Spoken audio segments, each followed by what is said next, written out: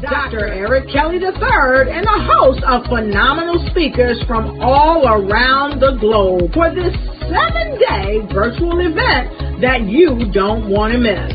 The mission of the Black Business Expo is to raise scholarship money from kids all the way from high school all the way from college. The Black Business Olympics is one of the largest Black business showcases in the world. It is an opportunity for businesses and companies to showcase their businesses globally. We are going to be giving away laptops up to $5,000 away to students.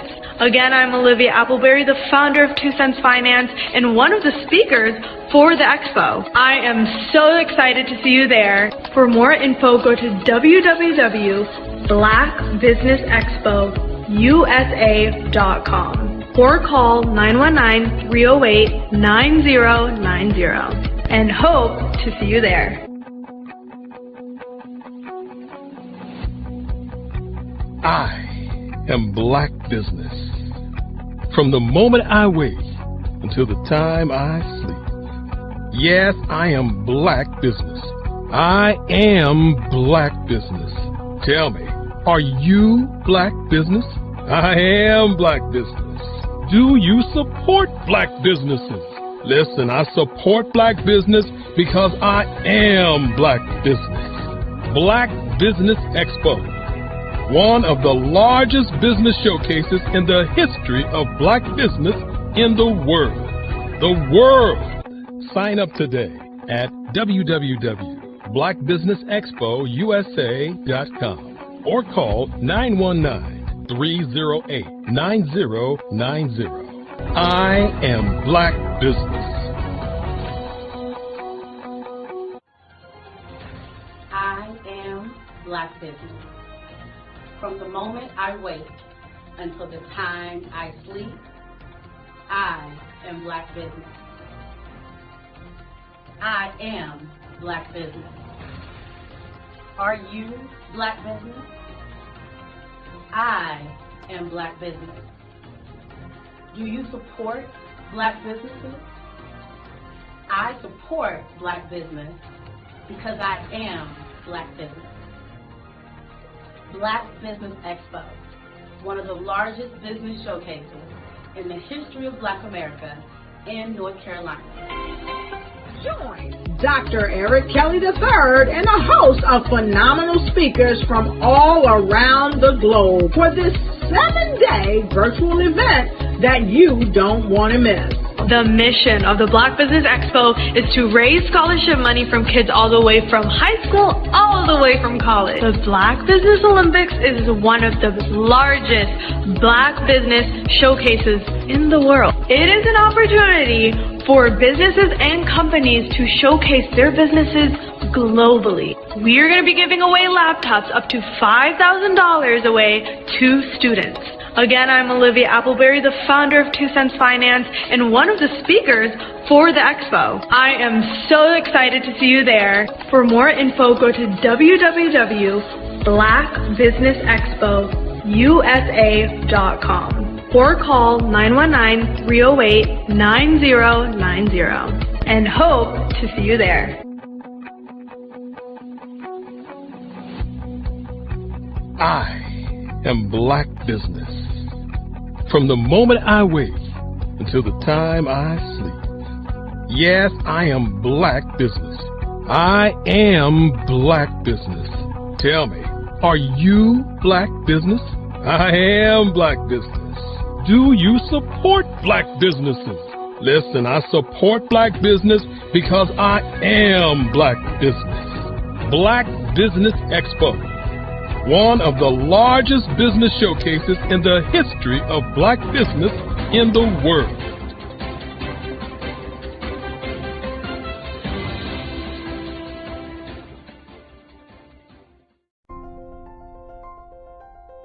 What if you could build your own city? A place where every child can find nurturing people to help them achieve their full potential. A place where every adult can access job training support. Where health education is abundant. Where social justice ruled the land. A place without limitations. Welcome You have arrived at STEM City USA. It is what every city should be. A safe and trusted community where you find people and resources to help you become everything you are and beyond. STEM City is unlike anything you have ever experienced. It is a digital twin of the world around you, only better. STEM City is about energy and soul renewal. It is more than a digital world. You can almost feel the power of live cultural events, music, and theater. STEM City promises a better future for children with caring mentors and hands-on activities with dedicated tutors to support our youth. STEM City is your passport to a healthy lifestyle with weekly events addressing our community's many issues. STEM City is your financial well-being with helpful information on wealth management, career advancement, job training, and so much more. STEM City is the community you deserve. It is the city where your dreams can come true. STEM City USA, a place in the sky that is accessible to all who reach for the stars.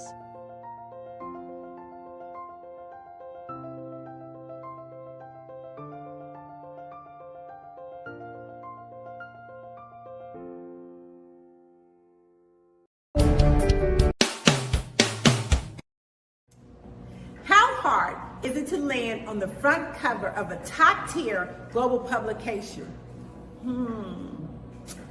The answer may surprise you. If you are a business owner, industry leader, speaker, author, or coach, this is your opportunity to get featured in a publication that reaches worldwide. We want to be able to tell your story, showcase your brand. We have made it so easy. All you have to do is answer a few questions and tell us a little bit about your business, and we'll take care of the rest. But why get featured? One, it gives you massive exposure to a global audience. Two, it helps to boost your credibility in your authority in your industry. And three, it helps you to expand your network and unlock opportunities. Now, right now, we are offering a special limited time offer. You can be seen by over 10,000 viewers and readerships each month. So don't wait. This is your time to elevate your business and get featured. All you have to do is click the link below and get started today.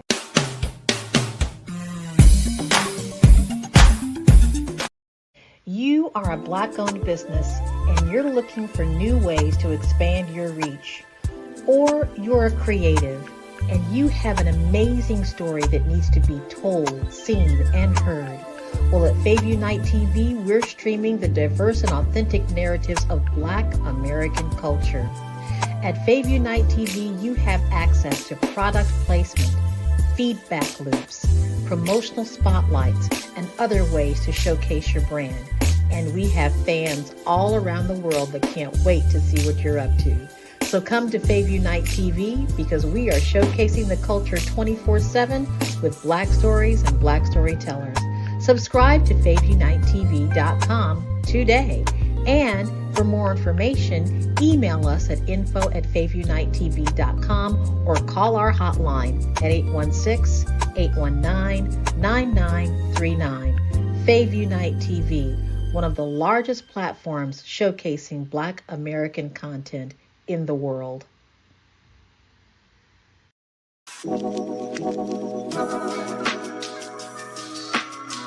The African company and the African CEO is making a conscious decision to bring on someone external to the continent versus bringing on someone who is from Ghana or Kenya or South Africa. And so the skill sets of the people that we take through our executive leadership training program and ultimately on the placement, obviously have to be extremely high caliber. So what we look for are corporate executives at the vice president to C-suite level, as well as Black entrepreneurs. When we look at the Black corporate executives, we're looking for some very specific skill sets, whether that be around supply chain, sales and marketing, engineering, product development. We want our folks to be able to add immediate value to the corporate board, right? And the other thing is, even if they don't necessarily have specific industry experience, they're bringing a diversity of thought.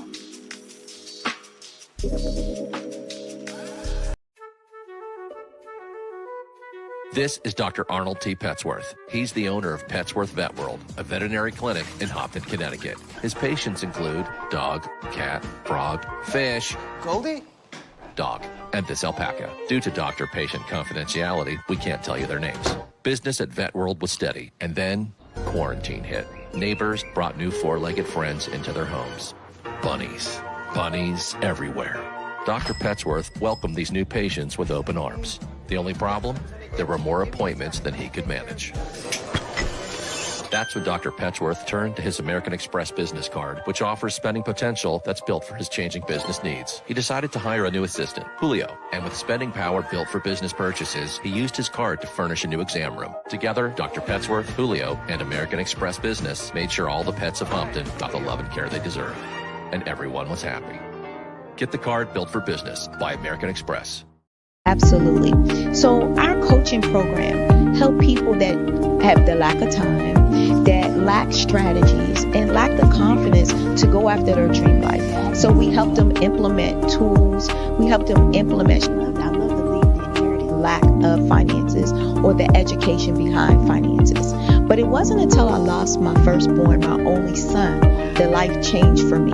And where I was going after it all, living the corporate life, hit my 6-figure income, and living in my dream house with my dream man, driving my dream car. Wow. I nearly lost it all. Wow. When I lost my son. And so I realized it only takes one financial catastrophe that can change your entire life. That's what made me start All New Beginnings.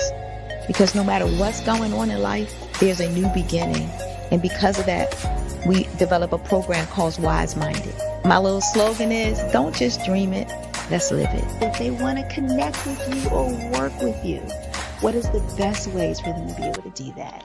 Well, for my social media guru, you can connect with me on every single social media platform as Tanya T. Wallace.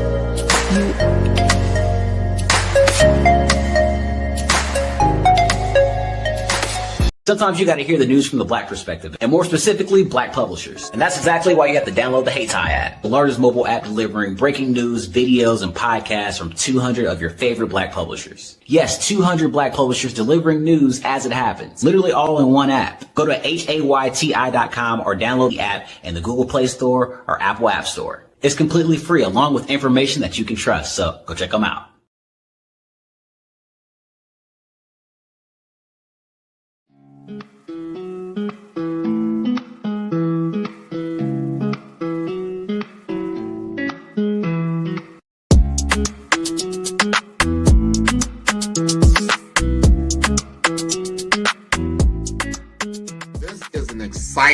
Exciting time to be in digital marketing with the advent, the explosion of generative AI chatbots. They're better known as ChatGPT. There's Bard, there's Claude, there's all kinds of this new one came out called Gemini. There's so many different tools that really what it comes down to is that it's made my business more precise. I can do things more quicker, I would say, and to elevate my brand messaging to a level that allows me to be as creative as possible.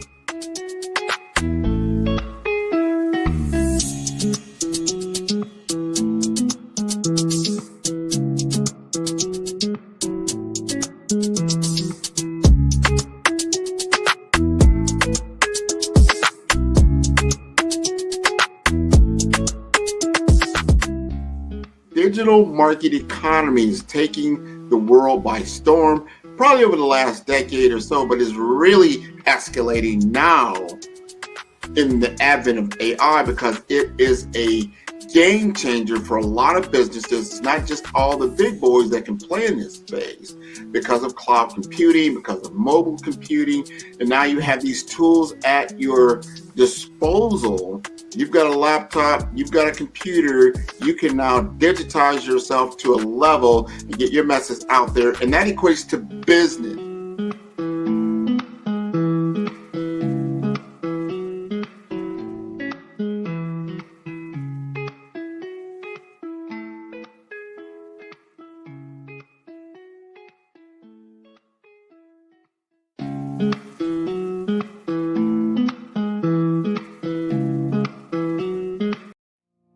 Did you know that approximately 333.34 million businesses exist today, according to a report from 2021? And you may be one of those businesses, or maybe you're not in the business market yet, but you're aspiring to be a business owner. Well, guess what? You're in the right place at the right time. Because let's face it, everything is about timing and opportunity. Hi, my name is Dr. Lotus Richey, and I'm the CEO and founder of the Lotus Richey Coaching and Consulting LLC, along with the Lotus Richey Ignite Show. 15 minutes of success with Dr. Lotus Richey, as well as books to boom your business and bring who you are. And today, I want to bring this amazing message to you about the Black Business Network and the Black Business Olympics. See, the Black Business Network and the Black Business Olympics is designed to help people just like you, that's right, that look like me, to take their business to the next level. Not just in your front yard or your backyard, but globally. The Black Business Network and Black Business Olympics is designed not to just help you survive, but to help you thrive. So join us today as we come together with businesses all around the world to support our students, our children, our young teens, our young entrepreneurs. What we do is we come together to help raise funds for students who are aspiring to be business entrepreneurs, who are aspiring and who are thriving in college. We endow them with a wonderful opportunity to gain scholarship of either a laptop or several thousands of dollars. And we invite you to help be a contributor to this amazing opportunity to help someone that looks just like you. So join us today at our website and let us connect with you and help you ignite and take flight in every area of your life on the Black Business Network and the Black Business Olympics. I'll see you on the other side.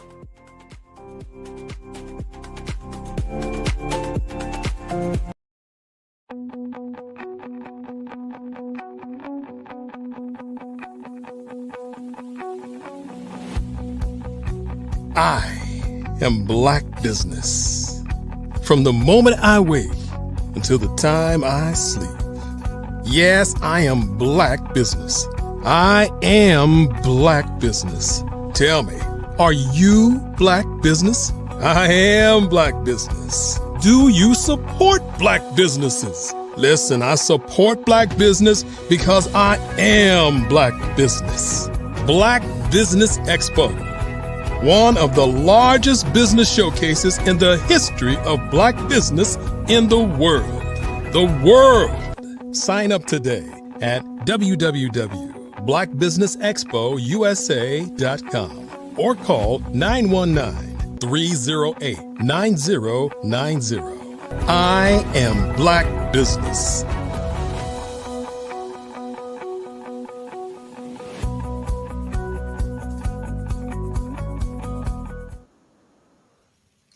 Good day, business owners, entrepreneurs, thought leaders, and corporations. Welcome to the Black Business Network. My name is Jamela Burrell. I am your business moderator for this session on the Black Business Network. The Black Business Network is a 24-hour business network showcasing Black businesses, business owners, entrepreneurs, and thought leaders worldwide. We have speakers from North Carolina, London, Singapore, Africa, Japan, and cities all over the United States.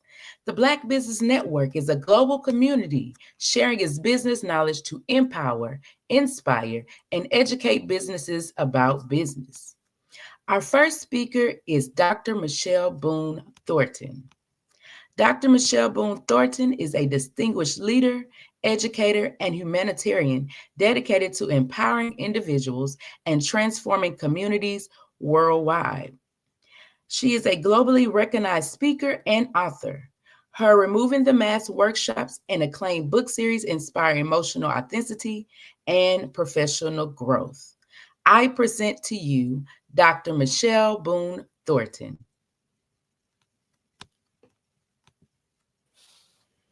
Good morning, Jamila. How are you?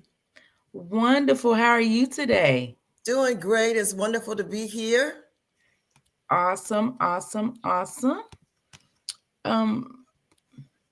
Are you ready today to present? Absolutely. I'm doing a live chat with Dr. Debbie Hood.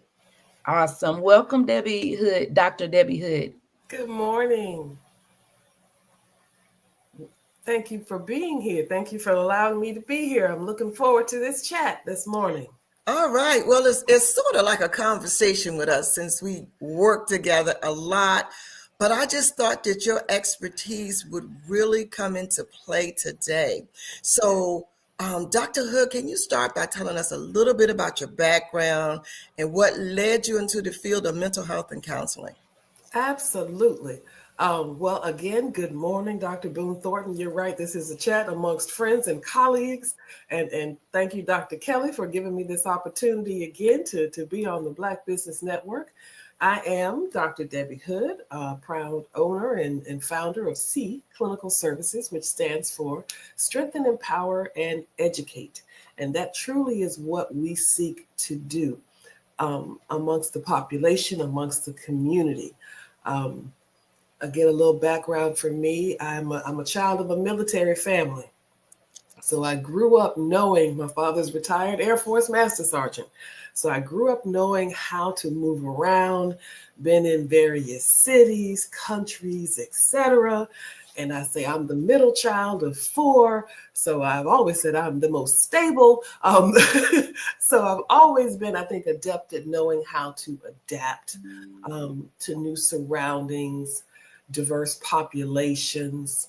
I've also always been an observer of behavior, wanting to know the how come, if you will, not just the why, but the how come, maybe what led individuals to making certain decisions, going places, whatever the case may be.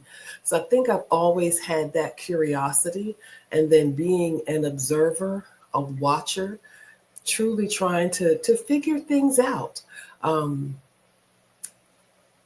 My chosen population, not only growing up, and I tell people I feel like I've come up, I'm not quite sure where up is yet. Don't know where that is yet, but come up through the ranks of working with children and adolescents. And that truly has been my chosen population. I love them. I have always worked with them, been a foster adoptive parent, so always have been in that surrounding, in that population. Just seeing the challenges that they present with. I mean, and then I also see so much hope in that population that if we can get to our children early enough, teach them some skills, hopefully they hold on to it, then we've already produced a better citizen. Absolutely. They can grow up with these skills, hold on to them, not wait until, adulthood to learn some things, and which is even harder. So that's always been my purpose, my chosen population. Again, I just see the potential. I see the hope. It's such an opportunity, really. I mean, we're really talking about changing some neural pathways. If we can, again, get to our youth young enough, quick enough, especially in our our communities and our days today with so much going on, trauma is everywhere. Absolutely. So we're going to pour into that specific statement now.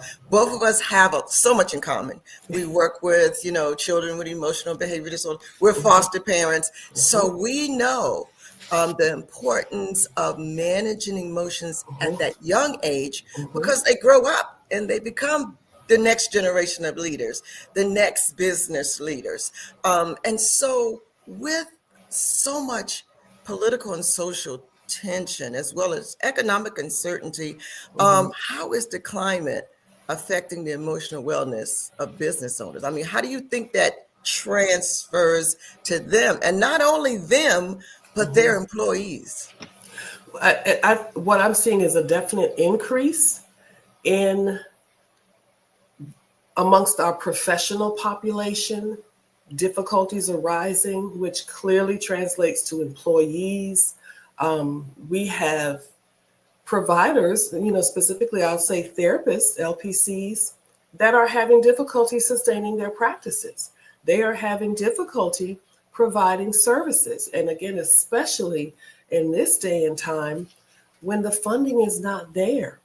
I'm seeing more professionals, if you will, coming into services. There's been an increase in services I've seen just myself, psychologists, attorneys, lawyers, nurse practitioners, and we would all be what we would be considered in the helping profession. Yeah. But there is an absolute increase amongst us. That absolutely seeing an increase in suicidality and suicidal ideations. And again, this is amongst us, our colleagues. When government shutdowns are being imposed or talked about, that's another unfortunate opportunity for the increase of suicidality. There has been more suicides amongst our top executives. So when, let's say, that psychotherapist is having difficulty maintaining their practice, of course, this is going to be an immediate trickle down to that employee, because are they going to be able to sustain that employee? Hence, is that employee going to be able to sustain their family? Yeah. I think among the larger, and that as business owners, if we're unable to sustain our businesses, again, direct impact in the larger community, because we are going to have, and I think we are seeing an increase among the communities of persons with serious mental illnesses that are unfortunately going untreated. Again, unable to provide services, or individuals unable to pay for services. Definitely seeing increases amongst certain diagnoses. And again, that can be just among the business. So absolutely, businesses providing EAP services, let's say, yes. Mm-hmm.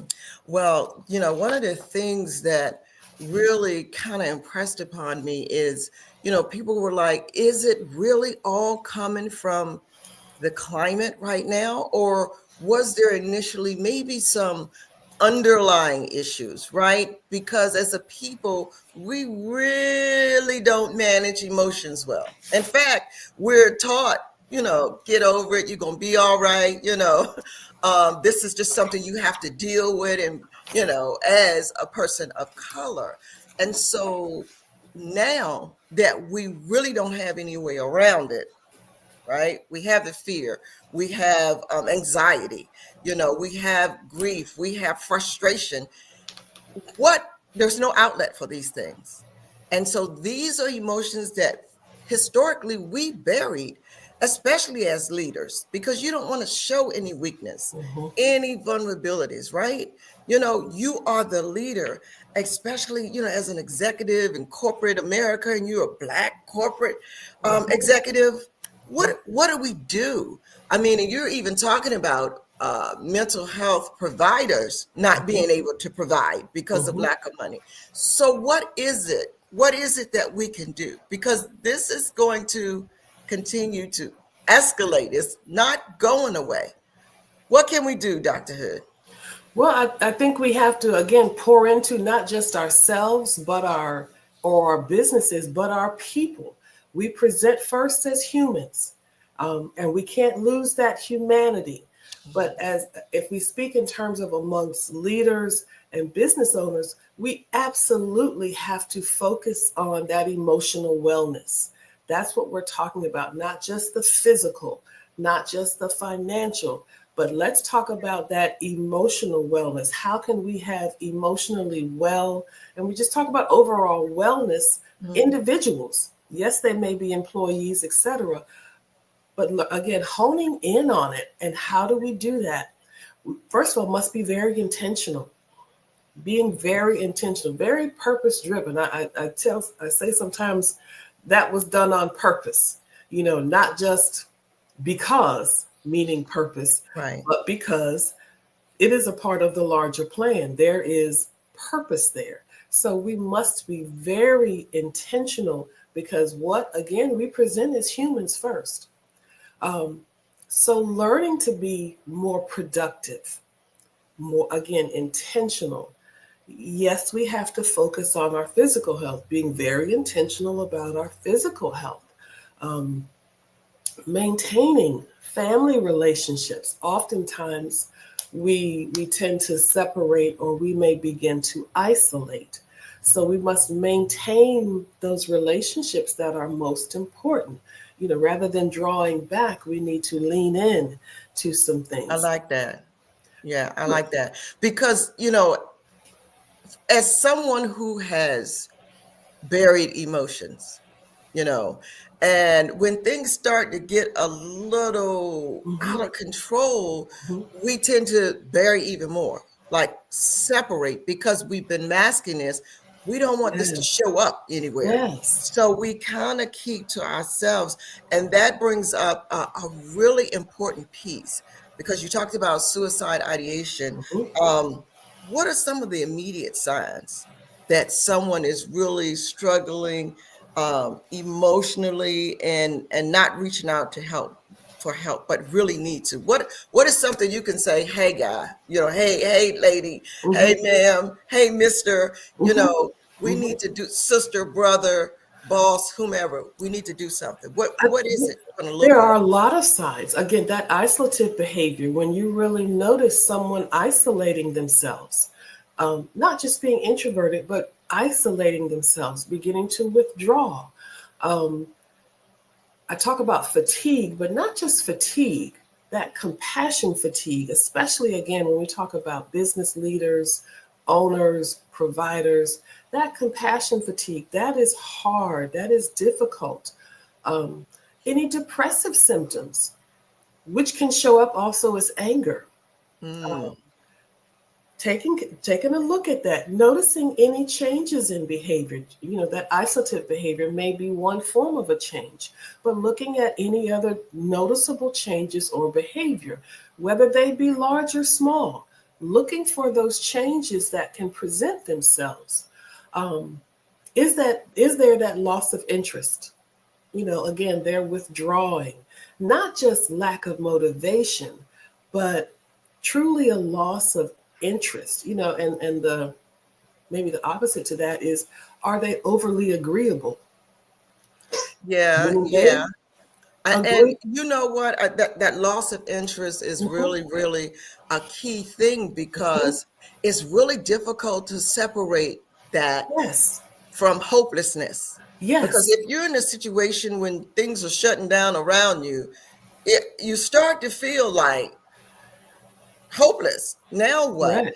And so, for people, some people, this may be new. So they might not even understand that they're depressed.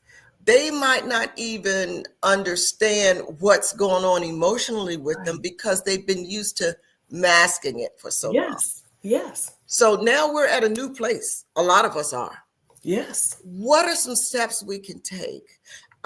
So that we will know, hey, you might want to look at this as, it's more than just, something happening, loss of interest, you can't keep track of time. What is really happening to us? I think it starts with listening. It starts with really listening to each other. You know, we all pass each other, hi, how you doing? Good, good, and we keep moving. We must begin to really listen to each other. And then the individual hopefully will truly begin to reach out, and to reach out primarily to that support system. So it is essential and imperative that we maintain the support system that is around us. Because you're right, when we talk about loss of interest and helplessness, you know, even becoming, if you will, on that emotional autopilot, being able to recognize these signs. And again, the listening, when we are presented, let's say a loved one or close colleague, someone comes to us and say, hey, I noticed these things, paying attention to it and being hopefully willing to accept the feedback that's being given. You know, hopefully we all have someone that can check in with us. You know, let me just check in with you, see how you're doing. What am I seeing? Which You know, go ahead. One of the things that I'm learning as, you know, we move forward in this climate is, you know, there are a lot of people who, you know, are navigating this job, the whole thing, the businesses and everything with less people, right? Especially in the federal government. So that means you have more work. Yeah. So you have this anxiety, you have this grief, this fear, this instability all around you. And now your work-related stress is even higher because you have to take on more work. So what would a support system, you know, okay, so maybe your family, but again, you may have family that's going through the same thing, right? Because this is my family. My work family is my family for a lot of people. Now, what do we do? Right. We got to give some flexibility. Hopefully we are able to allow some flexibility so that we can empower people, at least that they, and not that false empowerment, but truly empowering them as much as possible, so that an individual can control, let's say, how they work. Again, flexibility while still maintaining a measure of stability. Okay. We know, especially in working with children, one of the most important things is consistency. So maintaining that consistency, that stability, offering and providing any problem-solving opportunities. Let the individual, let the team, let them talk. Let's, again, how can we solve these problems together using our supports? It could be staffing issues. You're right. We have less people. I will try to, let's say, provide as many bodies as possible, but how can we perhaps divide workload so that they are more equitable? Again, resources, EAP services. I am huge on EAP services and strongly encourage any and everyone, if your agency, whatever, has EAP, utilize them. And that could be for mental health services, that could be substance abuse services. Utilize your EAP.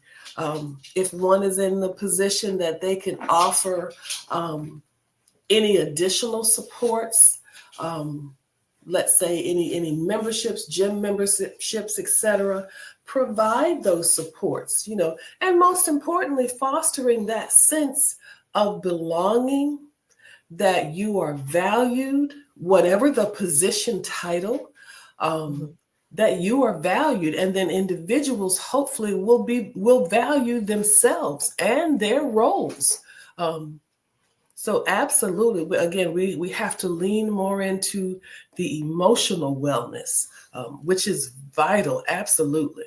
Well, with Black business owners and professionals specifically, what cultural or systematic challenges do you kind of see that's going to impact their ability to either seek or receive? Because again, this is new for so many people.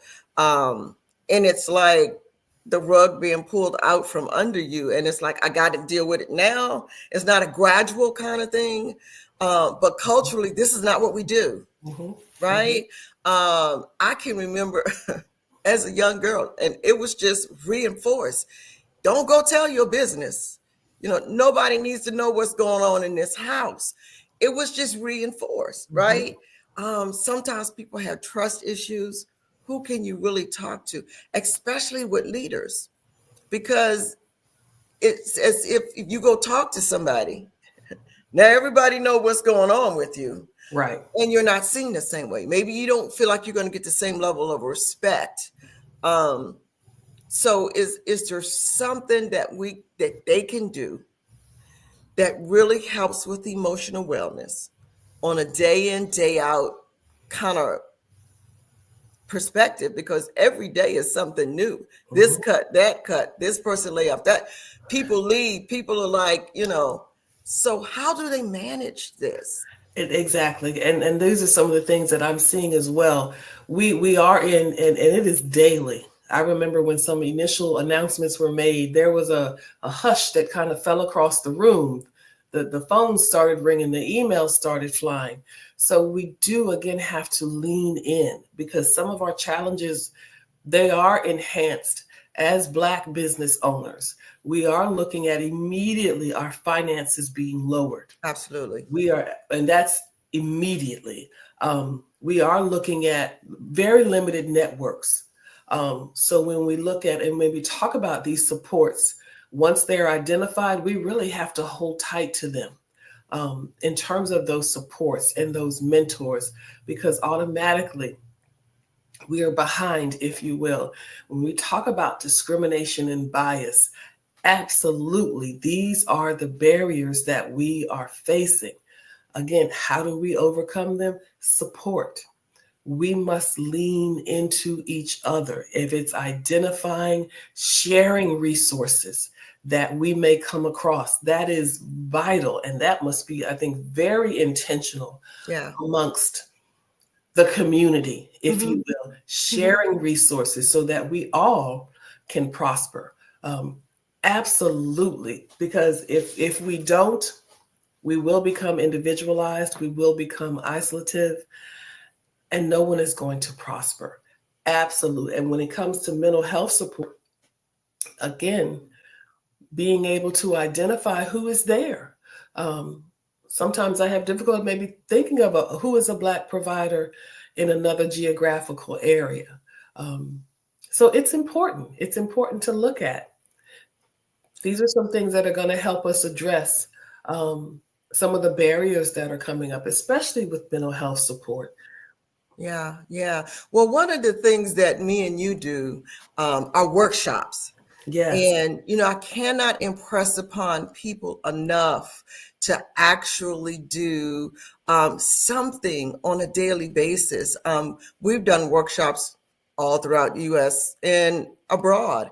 And during COVID, I myself really was dealing with a lot of depression and grief. There was death all around me. And at that particular time, I thought, what can I do here at home? Because we weren't really going anywhere.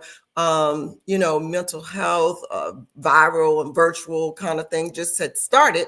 And so I created a book, a workbook. I started with the workbook, Transforming Your Reality, Removing the Mask.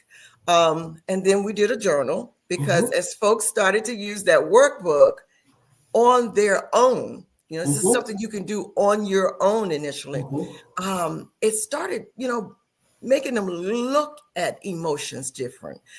Maybe what really hurt them years ago that they had been hiding and masking. So then we created the journal so that you could journal.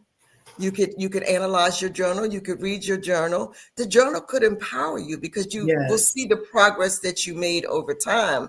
And then people really needed to know just some definitions behind masking, right? It was,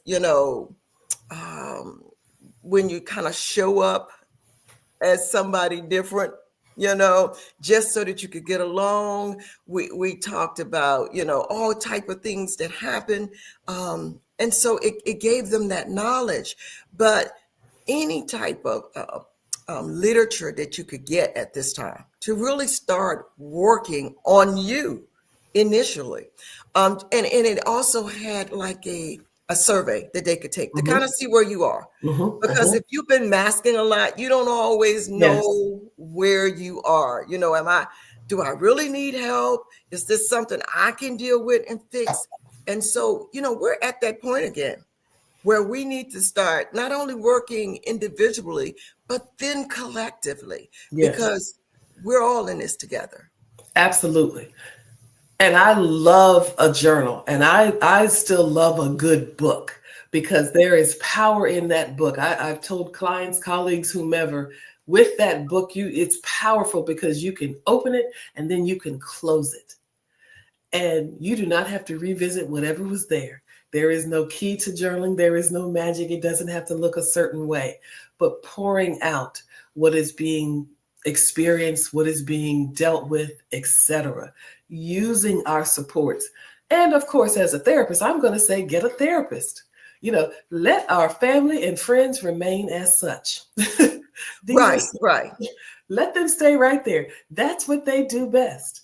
They are our friends, my best girlfriends. They are going to be mad when I'm mad and then happy when I'm happy.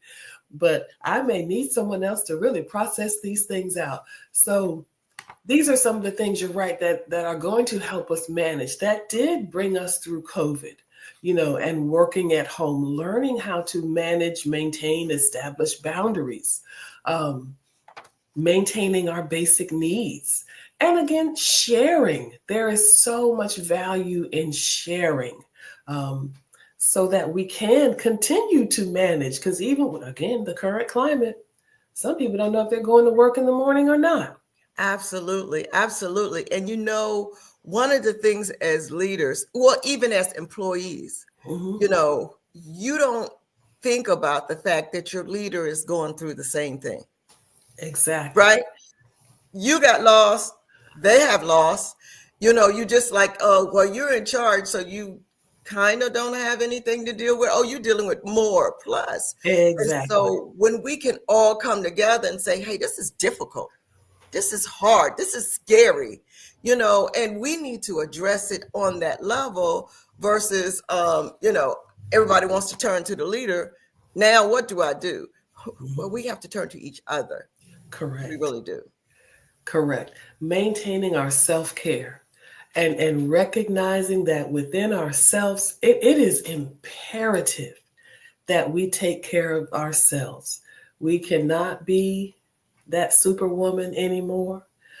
We must take care of ourselves, because you're right, we're all dealing with some of the same things. Even our children, our adolescents are dealing with some of the same things. So practicing, teaching, sharing, that's going to help us to continue to make it through, letting, again, that support. There's so much value in that support, that we're not alone, because we quickly think that we are the only ones dealing with these things. And that's going to help us hopefully, again, value ourselves, knowing that I am enough, and me showing up. Sometimes that is the first step. And if that's all I have in me, then that's all I have in me. I made it. Absolutely. Period. Absolutely. And what we also need to really be cognizant of as leaders and business owners we are modeling a behavior for the people who work for us. You know, if you come to work every day and the boss is like, no worries, and you're struggling, then you kind of see it as an uneven playing field when we're all in the same place. And there is a way to acknowledge those behaviors. You're right. I don't have to necessarily mask, because that's what we're talking about. We all put on our mask. I can show some things, just like we do with children. I can let perhaps that child know that, you know what, I'm upset right now. And even though I'm upset right now, again, I'm modeling some healthy behaviors. Sometimes I don't want to use positive or negative, but I'm going to model some healthy behaviors for you in ways that I can express my feelings, whether they be of upset or whatever, in a healthier manner. We can do the same thing amongst our job site. You know, absolutely. Yeah. And I think that's really great. There are other things that I had in my book that you could do as far as, breathing, walking, trying to change your atmosphere. You are where you are, but you can, I would always put pictures on my laptop of places that I really wanted to visit or kind of took me away, or some music or something, just to break the pressure throughout that day. Set the atmosphere. That's what set the atmosphere. Like I said, whether I'm pretty sure my radio is on in my other office right now. Setting that atmosphere so that when you go in, even breath work, I'm such a fan, huge on breath work. Because it is so important. Again, being very intentional. Before I maybe go into the office, let me take that break. And not that sigh like, oh God, here I go again, but taking that intentional breath, that cleansing breath, that cleansing stretch. Let me stretch it all. Absolutely. These are things that we can do for ourselves. Breathing. Take the opportunities when they present themselves. Absolutely. And you're going to have to make that because, as long as you have that computer on, emails are going to drop in, trauma is coming. So you may even want to just turn that off. To give you some time to just get some increased focus and clarity on something different. Absolutely. That's what happened during COVID. We were all working from home. I know I was working probably from 7 a.m. to late in the night. But then I had to be very intentional about, guess what? You're right. Let me turn this off. It's okay. It's okay. Learning to rest. Because there's always going to be another email. Absolutely. There's always going to be, a text or something. And I would just take myself out of that. I create my own boundaries where from this time to this time, that's me time. Absolutely. Whatever I want to do for me, I do right here. And sometimes you're going to have to take those breaks during the day. Correct. I say, put yourself on your own schedule. I don't care how long you mark out. I'm good for you can spin around in your chair, but that is your time to do what you want to do. But make sure you are on your own schedule. We make time allowances, considerations, accommodations for everyone else. We must learn to do the same for ourselves. Absolutely. We are, when people say it is important, it is you. It is you. And stop worrying about having control over everything. We are in a season where, this battle might not be ours. Okay. So let it go. Right? And so deal with the things you can deal with and the stuff that you can't deal with. Absolutely. Because sometimes the worst thing that's going to happen is going to be you're going to be told no. And who hasn't heard that before? Absolutely. And nobody has ever lost their life behind no. The earth is not going to crack open right now. Hopefully not. And swallow me up. Just be okay.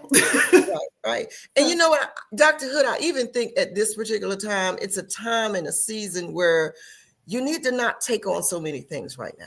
Absolutely. Because you're dealing with a level of stress that you've never dealt with before. Absolutely. And so your body is already taking on stuff that you can't physically see, but it's happening. Indeed. So step away. And we all know that mind-body connection. Studies have shown, research shows, whether it be a specific illness, cancer, whatever is responsive to stress. Whether that be for the good, not the good or the bad, but for the here, there is a definite mind-body connection. Absolutely. That we must absolutely address. And if not, I've also told people, then please make sure you fall on something soft when you fall, because when your body shuts you down, it's not going to ask. It just happens. It just happens. Fall softly. I don't know. Fall. Absolutely. So we must, you are absolutely right, maintain those boundaries, set those boundaries. Again, who of us hasn't heard no before? Who of us maybe hasn't taken a class before? So we know with some things, and hopefully, again, that helps us to allay or minimize, decrease some of the anxiety that presents itself. because what is anxiety other than what we don't know and Right. are sure about? So you're right. Focusing, and I've told clients, focus on the things. If you focus on the things that you do have control over, you will likely find that there are more of those things than there are of the things you don't control. Yeah, yeah, And yeah. that will, Grandma used to say, if you take care of all your business, you don't have time to take care of mine. Absolutely. Mhm. Well, you know what? I think this is so important for business leaders and employees and everybody else to really understand, right? Now might not be the time to take on that new project because you are Exactly. taking on so much stress Yes. and frustration. A lot of us Yes. are frustrated, and we're just bottling it up. Yes. That just makes us weigh down even more. You get up in the morning here, and then by the end of the day, you're coming down and you're coming. It's more stuff being dropped on you. So take it off, shake it off. Exactly. Like you said, set the limits. Maybe now is not the time. And that's okay. We've heard, cliches or whatever before. It may be delayed, but not denied. Maybe now is simply not the time. And being careful not to attach some meaning to that is not appropriate to be attached to. Yeah, or personalize it. That's that it. you did something wrong or you're not doing what you're supposed to do, right? Exactly. And then we have to recognize and be harsh with ourselves. It's not all about us sometimes. So it's okay, like you said, to not do that project right now, to not perhaps, or maybe it is, or to recognize our time and our timing, that maybe this was my part to do, and that's it. It wasn't for me to do in totality. It was, this was my assignment. There you go. Yes. Well, Dr. Hood, can you let everybody know how they can get in touch with you? And you're a busy woman, I know. And so, just so that, as they're going through, right? There are all kinds of therapists and resources. Tap into those resources because people are different, right? Absolutely. What works for me might not work for you. And so find out what works for you. This is a good time to do that. Yes. Find out what works for you. Email me is probably the quickest and the easiest way. C Clinical Services, LLC at gmail.com, and shoot me an email. I am available, whether it be, I maintain just a small number of outpatient clients, but speaking, I loved in speaking on various topics. This is so necessary and vital. And again, thanking Dr. Kelly and you, Dr. Boone Thornton. So email me, cclinicalservicesllc at gmail.com. And we can look at what resources we need to provide. All right. Thank you so much, ladies, for your interview. Genius is coming, and I'll see you on the other side. Bye.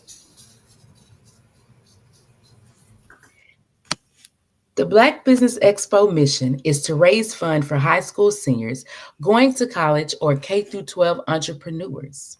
This expo is a fundraiser for students.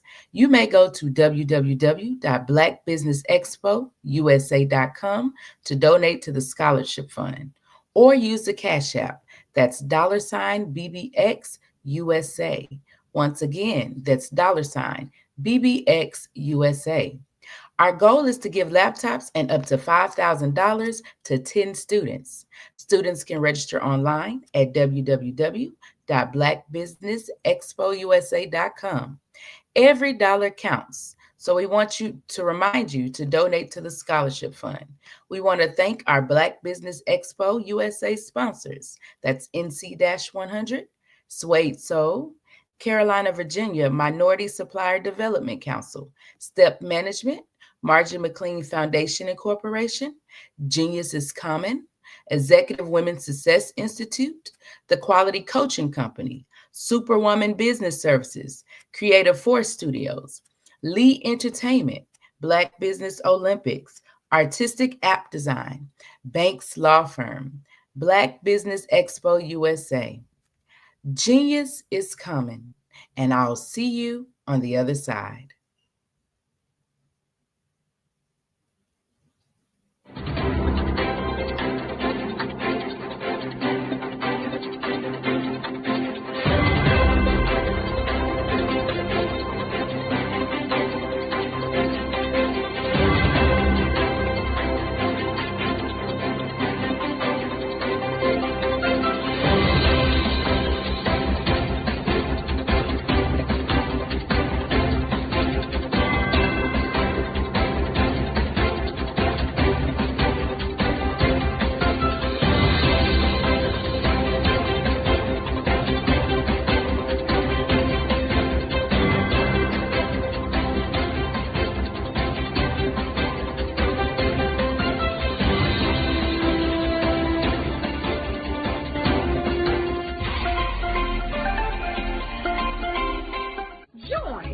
Dr. Eric Kelly III and a host of phenomenal speakers from all around the globe for this 7-day virtual event that you don't want to miss.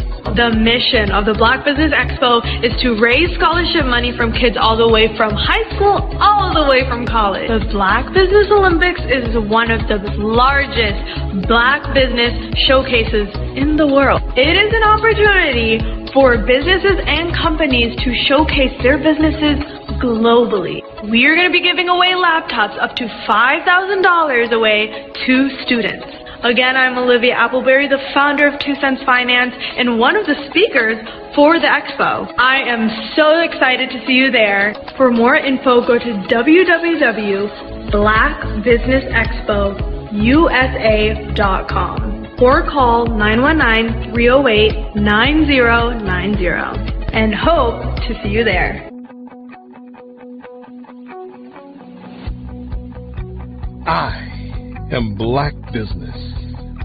From the moment I wake until the time I sleep. Yes, I am Black Business. I am Black Business. Tell me, are you Black Business? I am Black Business. Do you support Black businesses?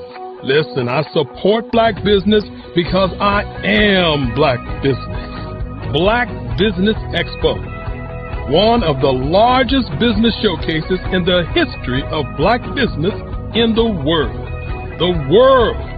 Sign up today at www.blackbusinessexpousa.com or call 919-308-9090. I am Black Business. I am Black Business. From the moment I wake until the time I sleep, I am Black Business. I am Black Business. Are you Black Business? I am Black Business. Do you support Black businesses? I support Black business because I am Black Business. Black Business Expo, one of the largest business showcases in the history of Black America in North Carolina. Join Dr. Eric Kelly III and a host of phenomenal speakers from all around the globe for this 7-day virtual event that you don't want to miss. The mission of the Black Business Expo is to raise scholarship money from kids all the way from high school all the way from college. The Black Business Olympics is one of the largest Black business showcases in the world. It is an opportunity for businesses and companies to showcase their businesses globally. We are going to be giving away laptops up to $5,000 away to students. Again, I'm Olivia Appleberry, the founder of 2 Cents Finance and one of the speakers for the expo. I am so excited to see you there. For more info, go to www.blackbusinessexpousa.com or call 919-308-9090 and hope to see you there. I am Black Business. From the moment I wake until the time I sleep. Yes, I am Black Business. I am Black Business. Tell me, are you Black Business? I am Black Business. Do you support Black businesses? Listen, I support Black business because I am Black Business. Black Business Expo, one of the largest business showcases in the history of Black business in the world.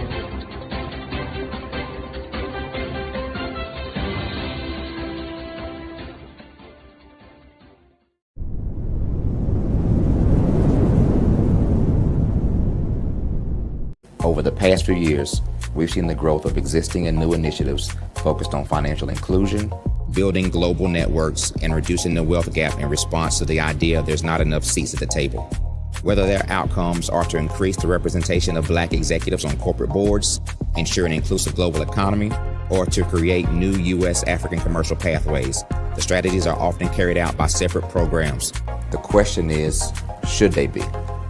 With the continent of Africa being home to more than half of the world's fastest growing economies, the youngest workforce, over 400 companies generating more than $1 billion annually, 700 generating more than $500 million annually that are poised for growth, and being the destination of nearly $5 billion in venture capital in 2021.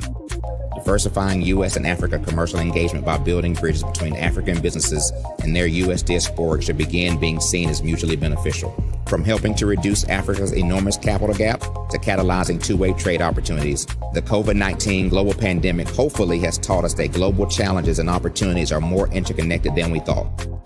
During the pandemic, African companies like Unicorn Flutterwave, insurance provider Reliance Health, ride-hailing app Yasir, and 54Gene, the continent's first bank of DNA on people of African descent, proved that when African companies have access to networks, capital, and information, they grow big, grow fast, and create solutions that are valuable to the world.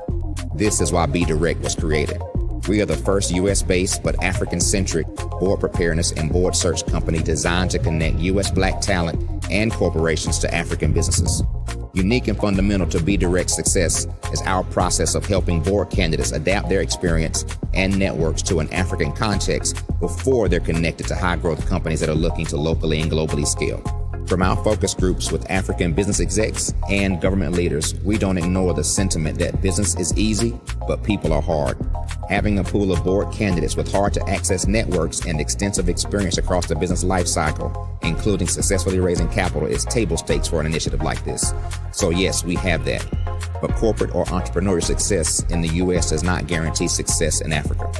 Developed alongside industry partners on the continent, our training program, Be Direct Prep, is designed to transpose their experience to create cultural comfort, understanding, and a commitment to helping businesses in Africa scale.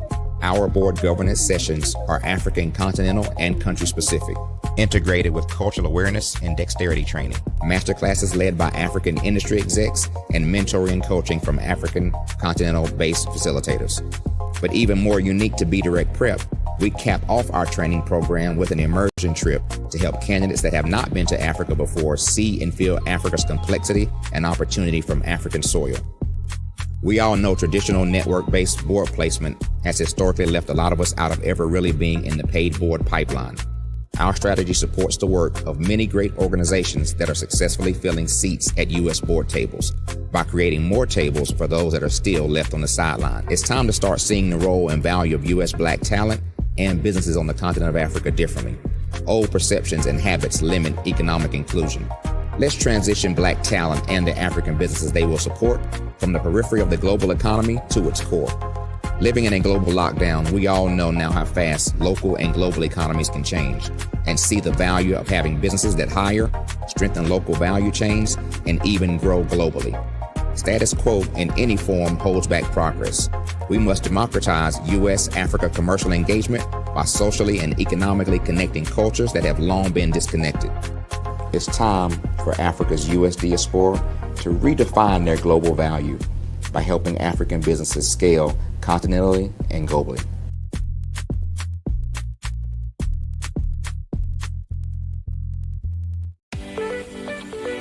You are in the right place at the right time. The Black Business Network opens again for its Black Business Olympics, a 24/7 broadcast on business, strategies, global branding, social media marketing, finance, advertisement, and much, much more. Featuring the top, most powerful entrepreneurs and speakers and thought leaders from all around the world as they gather together for this phenomenal event. Join the Black Business Network streaming live into the metaverse, STEM City, USA, Black Multiverse, Pod TV, Roku, Hulu, iHeartRadio, Apple TV, YouTube, TikTok, Instagram, Google Podcasts, Facebook, LinkedIn, IBM TV, Spotify, and Twitch. Tune in today and be a part of this amazing movement, the Black Business Olympics welcomes you.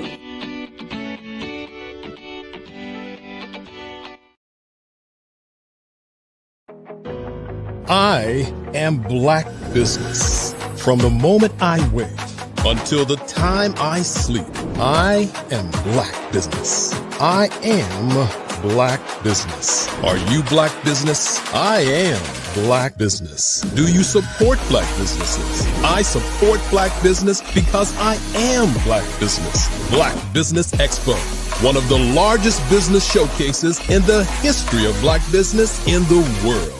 Sign up today at www.blackbusinessexpousa.com or call 919-308-9090. I am Black Business. The Black Business Expo's mission is to raise funds for high school seniors going to college or K through 12 entrepreneurs. This expo is a fundraiser for students. Please, you may go to www.blackbusinessexpousa.com to donate to the scholarship fund or use the Cash App at $BBXUSA. Our goal is to give laptops and up to $5,000 to 10 students. Students can register online at www.blackbusinessexpousa.com. Every dollar counts. Please donate to the Black Business Expo USA Scholarship Fund.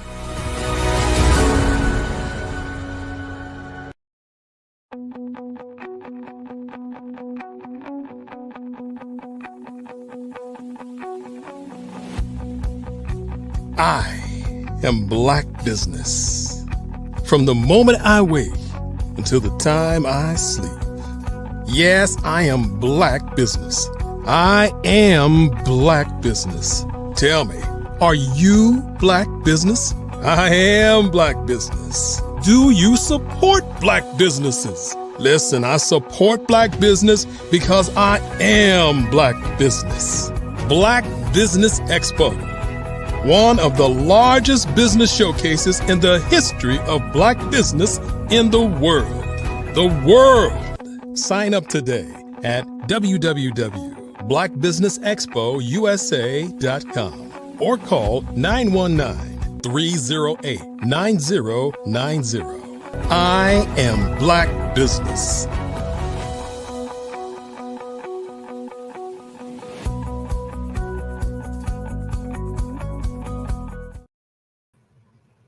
Good day, business owners, entrepreneurs, thought leaders, and corporations.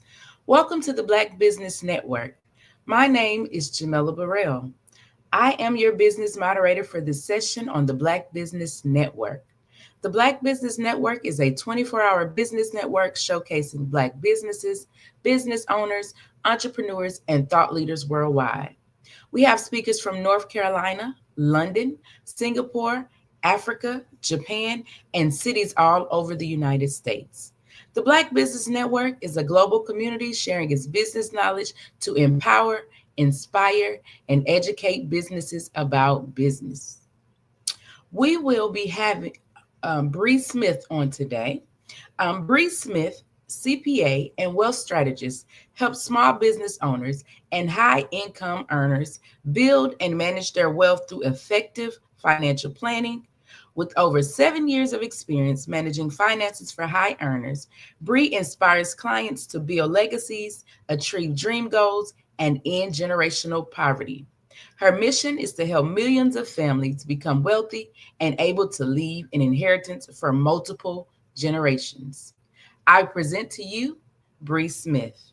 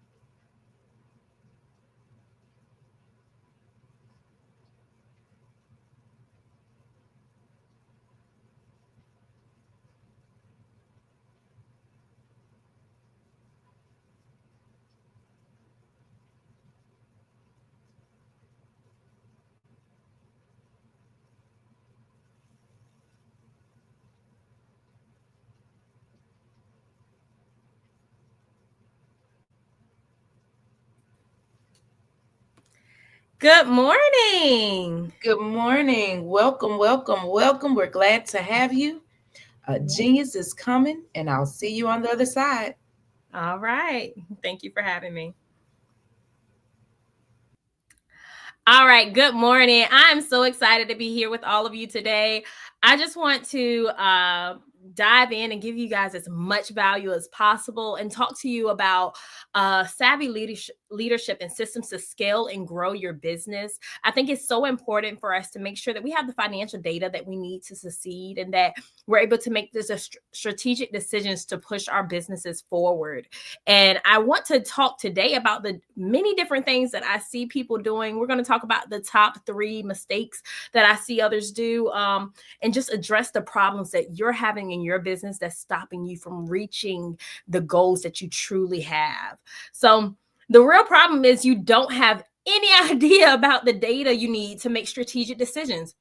When I say data, you're like, what, Bree? My income, my expenses? Is it something on some weird computer elsewhere? Like, no, it's not complicated. However, when it comes to data, that's just knowing your numbers, knowing your money, what's going in, what's going out, why, how to be able to plan for the future. So what do you have available that can help you to attain future goals and endeavors that you have for your company and business? So that's what I'm talking about. So data is a very small word, but sometimes it can get scary. I'm a nerd, so data is my thing. However, if it's not your thing, I still want you to be successful today.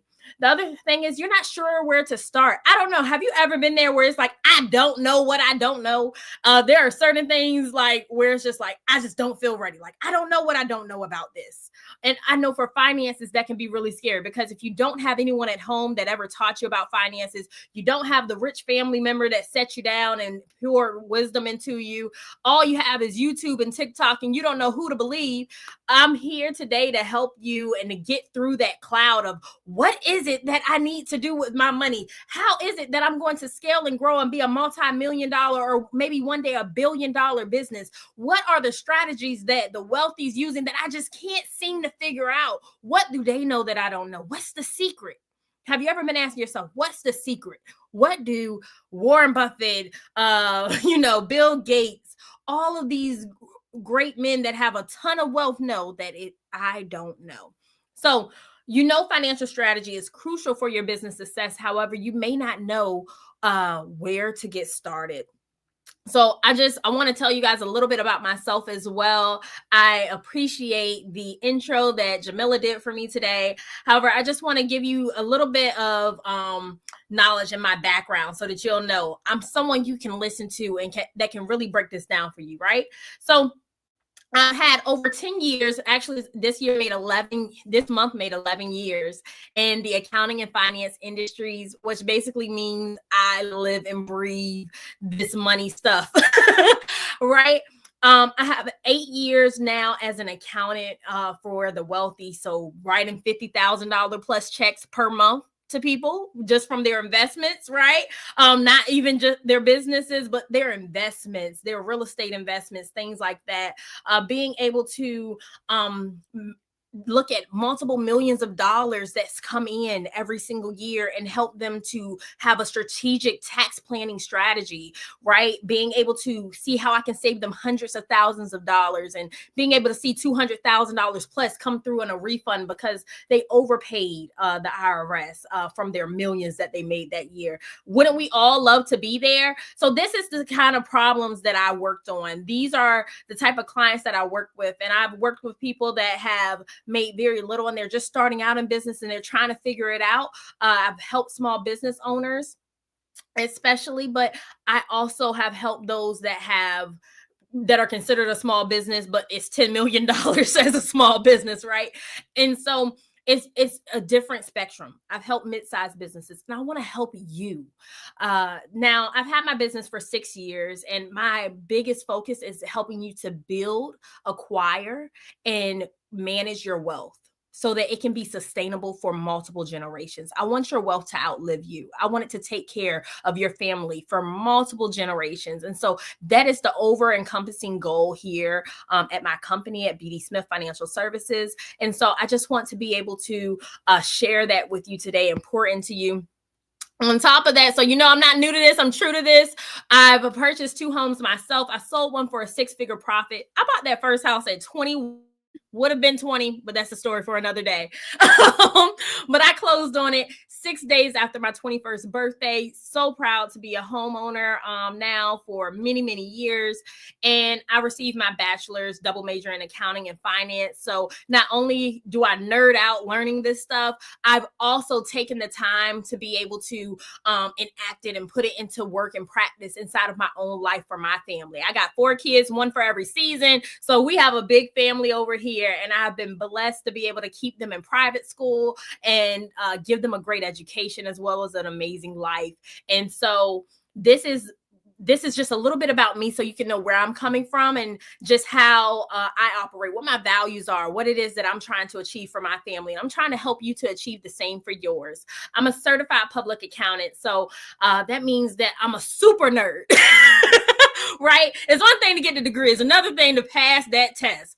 More than 50% of people fail that test and cannot become a CPA. So I'm very proud to have become a CPA. So I really take this craft and honing all of that in serious. And I want to make sure that I'm always bringing you the freshest strategy to help you reach your goals. So I'm currently building my legacy for my family. I want to help you to build yours. So we're going to start off by talking about what it looks like when you're a business owner and you're struggling with cash flow versus when you are a business owner with financial strategy. You can just sit up better. You got better posture when you have financial strategy. But when you're struggling with cash flow, it just kind of makes you just want to just hide, tuck away and hide, because you're just like, I don't get it. How am I going to make payroll? How can I even afford to have payroll? For some people, I don't even want to hire anyone because, I would be responsible for their family and I'm not ready. And then you're wearing all the hats because you can't hire. But there's so many things that need to be done. And so your marketing, your sales, you're doing the finances, you're doing all the things, especially what you actually got into business to do. And then you're like, how do I manage it all? It's a hot mess. It's chaos. There's papers everywhere. We don't understand what's going on, right? However, once you get that financial strategy, you get to sit up higher, you get to have your head held high, and you get to understand what it is that you're called to do. You get to see, okay, this is how this is going. This is where I may need to make some adjustments or adapt differently. This is where I can make some tweaks in the business to really fine tune things.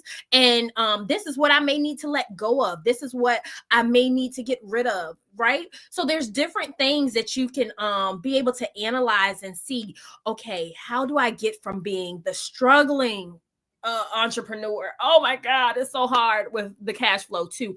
Now I'm a business owner with financial strategy. I'm taking the seat of CEO and I'm taking control of my business. And so that's what I want to be able to dive in with you today. And when you're talking about that, it just starts with having data, right? The simplest way is bookkeeping. Literally just taking control of your books, keeping them organized is the first step and gives you like 80% of the job done. Having organized finances, having that system in place is what makes a world of difference. So just marking where's your income coming in from, where are your expenses that are going out, and knowing this is how my money is flowing. I have X amount that came in this month. I have X amount that went out this month. We're going to dive in a little bit later about how to really dissect that and how to analyze it a little bit more. But the first step is having your bookkeeping in place and being able to say, this is my income, these are my expenses, and this is what I'm able to pay myself. That's the first rule of being an entrepreneur, being able to find out how much can you pay yourself. And, maybe even sometimes flipping that on the head and saying, well, I will instead make sure that I can pay myself first, but I'm not going to bankrupt the company to do so, right? I'm going to take a small percentage of what comes in, and then I'm going to make sure that whatever my expenses are, they don't exceed what's left, because I need to make sure I have at least this amount for my family or to help out with these goals, right? So that's another perspective as well. The next thing we're going to be talking about is taxes eating into your profits. When it seems like you've worked so hard and you've made all this money, and then Uncle Sam comes knocking on your door asking for his check, and you like, what? Why is all of my money going to you? If you do not have the right strategies in place, you can be in a position where 50% of your profits are going to the government. Isn't that insane? 50%. Because after you've paid state, Social Security, Medicare, federal income taxes, I already said the state income taxes, and then some states have the cities, they want their piece too, and that's local income taxes. You'll be looking like, where's my money? You'll feel robbed. And so we have to make sure that that is not us, right? The reason why I got into accounting is because I wanted to know, how is it that Trump paid $7 and they were asking little old me for way more than that? Multiples more than that. They were doing multiplication when it came to my tax bill, but somehow they were just subtracting from his. Okay. And I knew he made more money than me.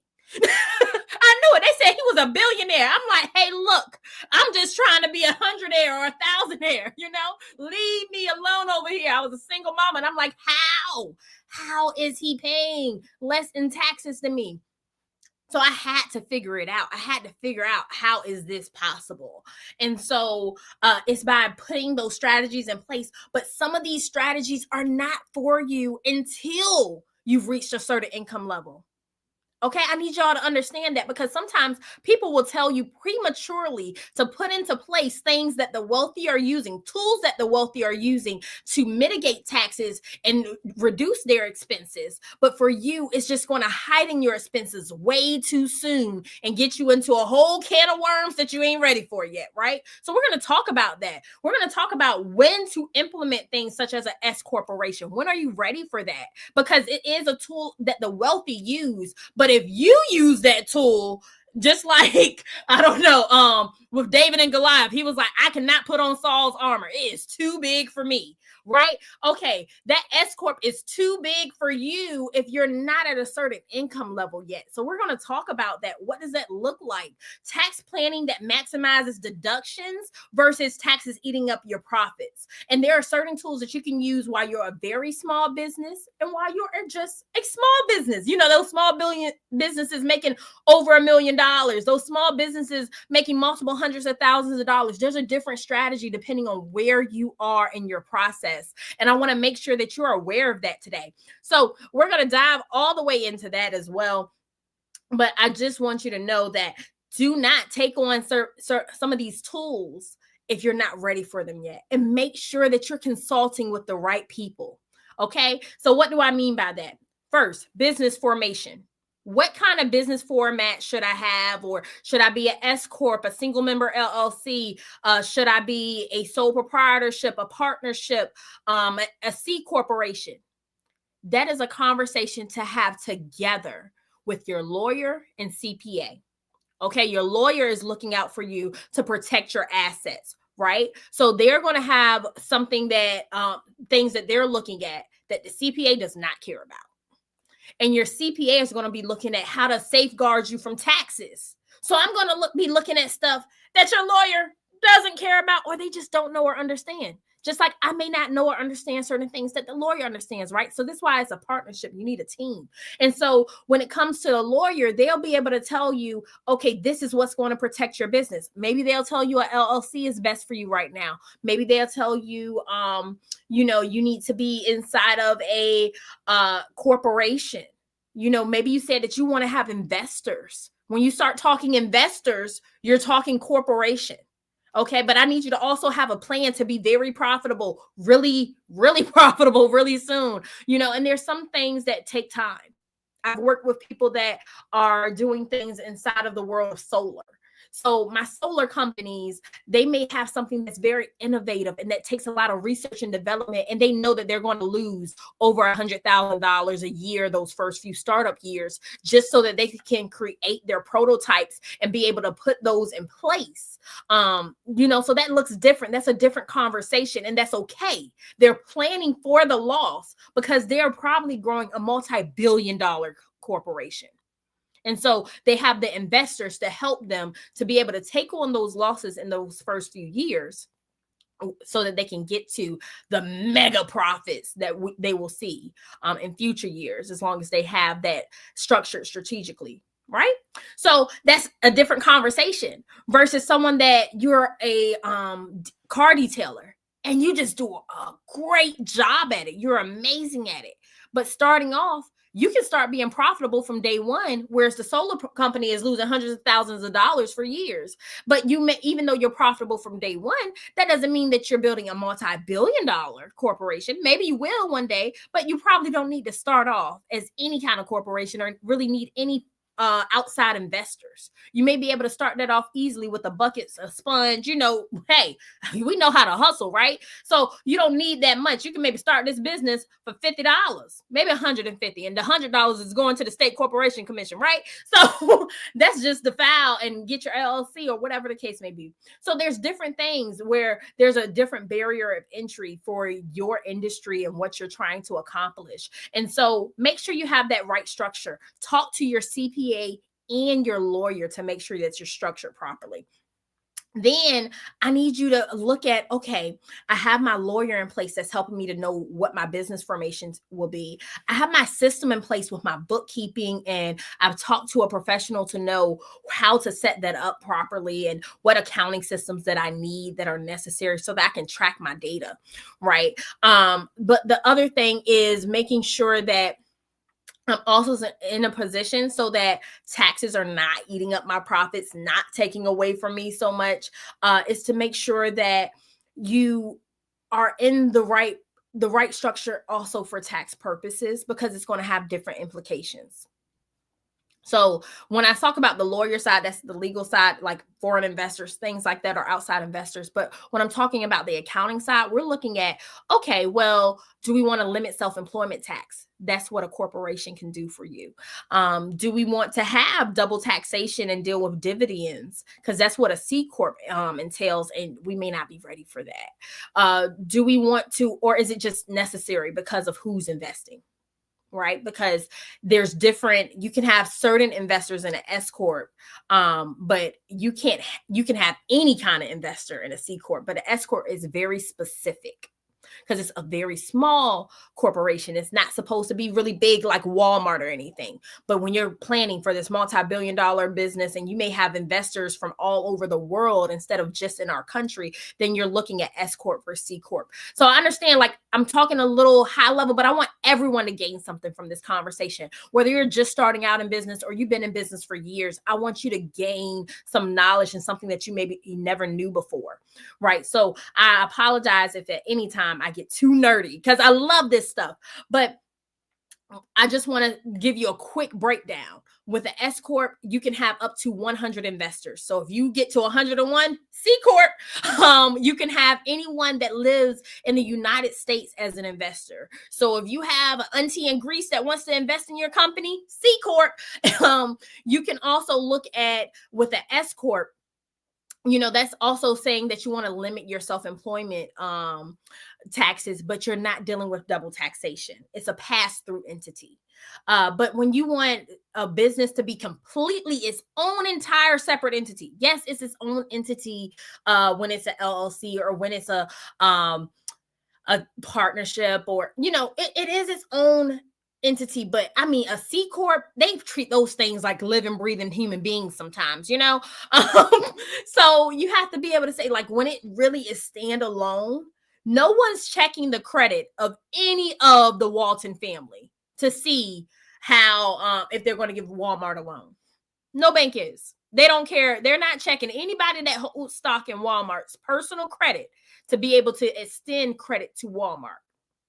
Why? Because there's thousands of investors, hundreds of thousands of investors maybe. And there are too many people to count. And it's really built its own name, and it's been able to show its own liquidity and how successful it is and its track record. And so it stands by itself. But it takes a very long time for small businesses to get there. I know that guy on TikTok told you, go ahead, create your own LLC. And even if things go wrong, just bankrupt it and go get another one. It's not going to affect your personal credit. Banks are in the business of making money. Okay. They are not going to allow you to just have a quick way to get out of paying them back their money. It's not. You want to be able to come after your personal assets. They want you to personally guarantee things until your company has shown that it is sustainable and can really fend for itself in that way. So I need you to be aware of that and be able to see what's going on there. So not to nerd out too much, but just really look at what you're doing as far as taxes go. Taxes is my favorite subject. And see what you need to do to maximize those deductions. The other thing is looking at scaling your business with structure versus, or when you're trying to scale your business without structure. So if you're trying to scale your business without structure, it's a hot mess. So much stuff gets missed. It's just like papers flying everywhere. You don't know what to do. You're just like all over the place like squirrel. You know, like you are going in every direction and you feel like you're being pulled in 10 places at once. Okay. But if you're a leader that understands financial leverage and you know you're scaling with the proper structure in place, it just makes a world of difference. And when you're coming make money and not possibly bankrupt your own company, when you're coming in with good solid strategy and you feel like you know what the heck you're doing other than being like, I'm just going on a whim here, it's a difference and you operate differently and people can tell. And they're going to want to do business with you once you're structured and you have all your ducks in a row. How many of us, when we look at a company, we first Google them? If we can't find you on Google, we may not do business with you. If when I Google you, I can't find a website, a Google profile, or even a Facebook page, I'm not going to do business with you. I think you're a scam. Now, sometimes I see the Facebook page, but if you ain't posted in 5 years, I'm like, you really still operating? I don't know. You know, so there's different things. So having the right structure in place is deeper than even just the finances. But when you have your website in place, when you have employees to help you so that you don't miss you know, a message or drop a ball anywhere as much as possible. When you're looking at those things, it's just different. And so you're able to scale with structure. You're able to understand financial leverage. You're able to use debt strategically to grow your company instead of you just trying to go at a whim and just spending people's money any kind of way. You actually have a real business plan in place that you're following, it's a living, breathing document that you're looking at all the time and that you're constantly tweaking and making changes to as you adapt to the changes that are coming your way or the new data that you receive daily, whether it's from your clients or whatever the case may be. You take that feedback that your clients are telling you, that maybe a mentor is telling you, that the market is just showing you, and then you're able to go forward from there. You're constantly tweaking, adapting so that you're able to be here for multiple years and not just for a very short period of time, because over 90% of businesses fail in that first year. I just got to let that sink in. 9 in 10 businesses fail in the first year. I can't have that be you. And a lot of times that 10% that's still there, they have another job. I had another job. I had a full-time job when I started my business. I don't know how we would have made it through the first 4 years if I didn't have another job, right? We're in year 6 and I'm just now breathing different. Whew, like the air is fresher over here. It's not as easy to get a business loan as it is to get a student loan. It's not as easy to stay steadfast in growing a business. We're always push college and good job. We're never push business, entrepreneurship, and investing as much. And so we have to be able to be built out of that tough stuff, as my mama said, you know? And so if you're built out of tough stuff, then yeah, maybe you can sustain it and make it, but otherwise majority fail. So how do we make sure that we don't fail? We have strategies and structure in place. Okay. So I just want to say, go over the key things that every business owner should know. We're going to get into the juicy details. If you have not been taking notes, it's time to get out your notebook. I've been dropping gems the whole time, but I need you to make sure you got your notebook, your pencil, and paper right now, because like I said, I want to make sure that no matter where you are in business, that you gain value from this and that you are able actually to implement these things inside of your company and your business so that you will be able to make the strategic decisions to scale and grow sustainably. Okay. So mastering your cash flow, like I said earlier, that's where your money goes and how to manage effectively. So what's coming in and what's going out, but let's go ahead and dive on a deeper level of how we get the real data that we need, right? So it's one thing to have your bookkeeping software set up so that you can just track your money coming in and coming out. That is the bare basics minimum, because we all have to have to comply. We have to be in compliance with the government so that we can file our tax returns, and so that they don't start trying to just, really steal our stuff. We felt robbed when we had that tax bill. Oh boy, if you get a garnishment or a levy from the IRS, you're really going to feel robbed, because they will take your house. They will freeze all bank accounts. They are not to be trifled with or played with. I tell you, you feel like you got 3 black eyes and you only got 2 eyes. You don't want to mess with them. So you want to look at, okay, how is my money coming in and going out, so that I can tell them, hey, this is what we did this year, pay them their taxes, and they leave me alone. That's step 1, right? However, when we start getting into a place of strategy, now I want you to have your top 5 revenue streams, and I want them to be identified. Most businesses are not one trick pony. Majority of businesses have multiple revenue streams. Now, you may not have 5, you may only have 2 or 3. However, I want you to write down whatever those top revenue streams are for you. Okay. So for me, that's going to be, consulting. Business consulting is a top revenue stream. Bookkeeping is a top revenue stream. Tax preparation and planning, I group into one, and that's a top revenue stream.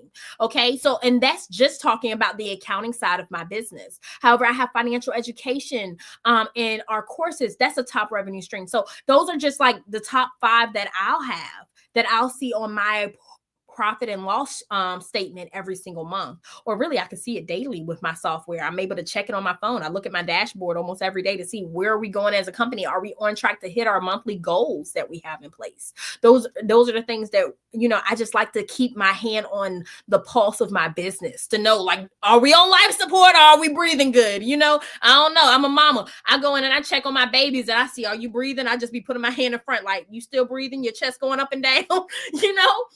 They are my precious gifts. And so the same way I check on them, I also check on my business. You breathing? You all right? We are in here, or do we need to do CPR? What's going on? And so being able to have those top 5 revenue streams, as well as the top 5 expenses broken down so that you really understand what's going on with your money, is going to help you to be able to strategically move. Okay. So you have your top 5 revenue streams. Then on your top 5 expenses, I want you to break those down. Have some sub accounts under there. So like for me, one of my biggest expenses is software. Okay, that's just something that is just necessary inside of my field. Tax preparation software, the good kind for the level of clientele that I love to serve, it costs thousands of dollars. And so I have to break up the tax preparation software away from some of the day-to-day software that we may use for marketing, staying in touch with our people, just daily operations, right? So I want to be able to see how much am I spending on that versus the tax software versus other things that we may use. And then what helped me by being able to software is my biggest expense is that I actually went through the process of really bringing those costs down. I went and saw, okay, well, where are there some redundancies in what I'm doing here? And can I replace this software that I currently have with another that is able to do this and maybe 5 other things? So I just don't even have 5 different companies to pay. Right. So it's just making things simple. And I was able to save over $1,000 just by switching software. That helped me. That was something that we put into place this year. Really, we started doing it at the end of last year and had it fully implemented by January of this fiscal year. So that is something that we looked at, and we were able to then mitigate our costs and bring those down, which allowed for a larger profit margin. And that helps because that goes towards somebody else's pay. That can be towards payroll instead of all of this software. So just being able to make sure that my business is efficient as possible. You want an efficient business. You don't want a hungry monster that's just wailing all the time, just asking for more. Instead, you want to make sure that, you put your business on a diet. Okay. Put it on Weight Watchers. You ain't getting all of this. You getting this much. These are your calories per day. This is how much money you can take per day. Right. So you want to be able to look at that. The next thing is to make sure that, yes, you have the right business structure. I cannot stress this enough. So again, I want to just talk a little bit more about that S Corp. When are you ready for an S Corp? This is a question that I get all the time. Well, Bree, when am I ready for an S Corp? When is it time for me to do that? Oh, I heard this thing. I think I need to be an S Corp now. So, I can have a W-2 and be able to get a house that way and all these things. Hold up, pump brakes. Remember, there's some tools, there's some stuff that's just too big for you. So when you're ready to be able to go into S Corp status is when you have $100,000 or more of profit. That is the benchmark that I use for clients. Now, there's always some nuance. Maybe you're $80,000 of profit. We can have a conversation. But general rule of thumb is $100,000 or more of profits each year annually. That's not gross revenue. So you may have brought in $500,000, but if you have $450,000 of expenses before you paid yourself, then you only have $50,000 worth of profit. And we don't need to have the conversation yet about you being an S Corp. We do need to have a conversation about how we can get some of that cost down and look at how we can be more efficient. And then if we see that there's a lot of efficiencies that we can put in place that will allow you to be at that $100,000 plus range, then yes, we need to talk S Corp at that point. Right. But my first step for someone that only has $50,000 of profit is how can we increase your profit margin, whether it's by eliminating expenses or improving the return that we're getting on that investment by increasing the income by multiples from the expenses that you're putting out. And then we can then look at, okay, now can we use this S Corp to then mitigate some of the tax expense as well? Okay, so that is making sure you're in the right business structure. Do not go into an S Corp when you're just starting out. You don't know what the heck you're doing yet. You don't know if this thing is going to survive. I am a faith girl and I'm going to believe with you. You're going to make it. You're not going to fail in that first year, right? However, that is not everyone's experience. And so we just want to be prepared either way. Because there's also a lot more cost involved in being an S Corp when you go to a professional. One, you should not be doing your own taxes at any time when you're a business owner with any kind of complex business. So that means if you have things such as depreciation that needs to be taken care of, okay, and you're like, what's depreciation? That means you have really big assets. That means you have stuff that is not going to be used up within 1 year. There may be a software subscription for a year that's thousands of dollars. That's okay. But if you bought furniture, thousands of dollars, equipment for thousands of dollars. If you bought, a building for thousands of dollars, you're renting out anything. You now are in the realm of depreciation. And do you know what Macers is? Do you know what double declining balance method is? If you don't know the answer to those two questions, and that's just two of them, there's a whole lot more. If you don't know that off rip, you probably have no business doing your own taxes anymore once you're a business and you're really putting work into it, right? And so you need to go to a professional. Well, let me tell you something. When you go to a professional and you have an S Corp, it's going to cost you more than if you just have a Schedule C business that's a sole proprietorship or a single member LLC, right? So there's more costs associated with it. Are you ready to pay the cost to be on payroll? Can you pay the fees that come with that every single month, right? Okay, so there's other costs that go into it. So we always do a cost benefit analysis. And usually it makes sense around that $100,000 mark based on that cost benefit analysis. How much more is it going to cost me to implement the S Corp and the payroll and all the things that go under there? And how much am I going to save on the tax side by implementing? And that's what we're looking at. We want to make sure that you're going to save a whole lot more in taxes than it's going to cost you to implement these new strategies. So that's when you know when it's time to become an S Corp or when not to be an S Corp. Don't just jump up out there just doing all things just because somebody on TikTok told you so. It's not time. It's not time. All right. The next thing is your tax strategy matters. Maximize your deductions and avoid costly mistakes. So you want to make sure that you're looking at every single way that you can itemize. I don't do lazy accounting over here. Okay. So when it comes to my clients, I'm looking to see how I can get you every dollar. I'm squeezing every penny I can to make sure that we don't have to pay more than what we owe. I want to legally minimize taxes and take the most aggressive stance that I can against the IRS that I know that we can defend if we were ever audited. I don't want to be scared of an audit. I want to be ready and have my ducks in a row to say this is why we took this position and this is what justifies it and we're good to go. And it just be not a thing, It's not even a struggle or anything that we are unsure of. So just being able to see how to maximize those deductions and avoid costly mistakes by keeping track of your car. So when it comes to your car, it's your car payments, it's the interest, it is keeping track of every oil change, every time you fueled up for gas, and every mile that you drove that was for business, and all the miles that you drove throughout the year period, so that we can be able to do the calculations necessary so that you can take depreciation on that vehicle, you can take the interest expense, you can take every toll you went through, every time you parked your vehicle to go to a business event. All of those things are tax deductible, but if you don't keep good records, there's no way for us to deduct them because we have to be able to justify it. So that's one of the best ways is you got to be a nerd and be really willing to go granular with this stuff, or have someone on your team that is. Okay, so over here, we do a deep dive. We are like forensic scientists looking for every expense that we can write off on your behalf.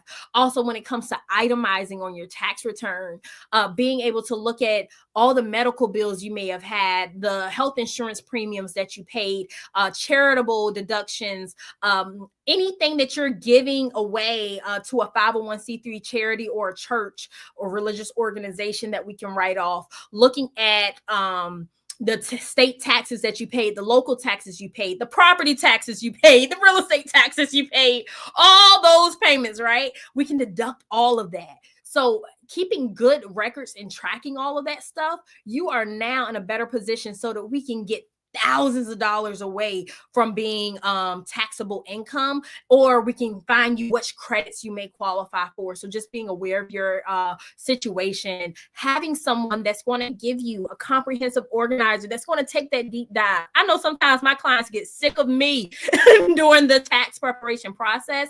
However, at the end, they're always so happy because they know that we found every dollar that we possibly could. So I want you to be able to make sure that you have that proper strategy in place. And I want you to invest in your future. We're at the end now, but I really want you to invest in you. Too many self-employed individuals and entrepreneurs do not take the time to invest in themselves. And so I want to make sure that you have that in place and you have retirement planning in place for your company and your business, because now you're responsible for setting up the 401k and any kind of retirement plan that you may need. You're responsible for your insurance and all of those things. And you need to take care of 80-year-old you today. So I just want you to be aware of the things that you can do to help yourself out. I believe that I am at my time. I have enjoyed being here with you. I hope that you have learned a lot today and that we were able to really dive deep and really give you some new knowledge, whether you just started in business or you've been in business for over 20 years. I hope that I was able to give you something new today that you didn't know before. Here at BD Smith Financial Services, we offer accounting and tax services, tax preparation, tax planning. You know, I love it. I'm a nerd. Bookkeeping, financial data analysis, financial projections, as well as financial planning for you on the personal level as well, so that you can create sustainable wealth for multiple generations. Thank you so much for having me. If you want to connect, go to bdsmithfinancial.com, bdsmithfinancial.com, and you can find me on all at Bree Smith CPA. So just how you see it spelt here, but just all together, no spaces. Bree Smith CPA on Instagram. You can find me on LinkedIn, Facebook, you name it, we're there. And I would love to connect with you and see how I could help you. Thank you.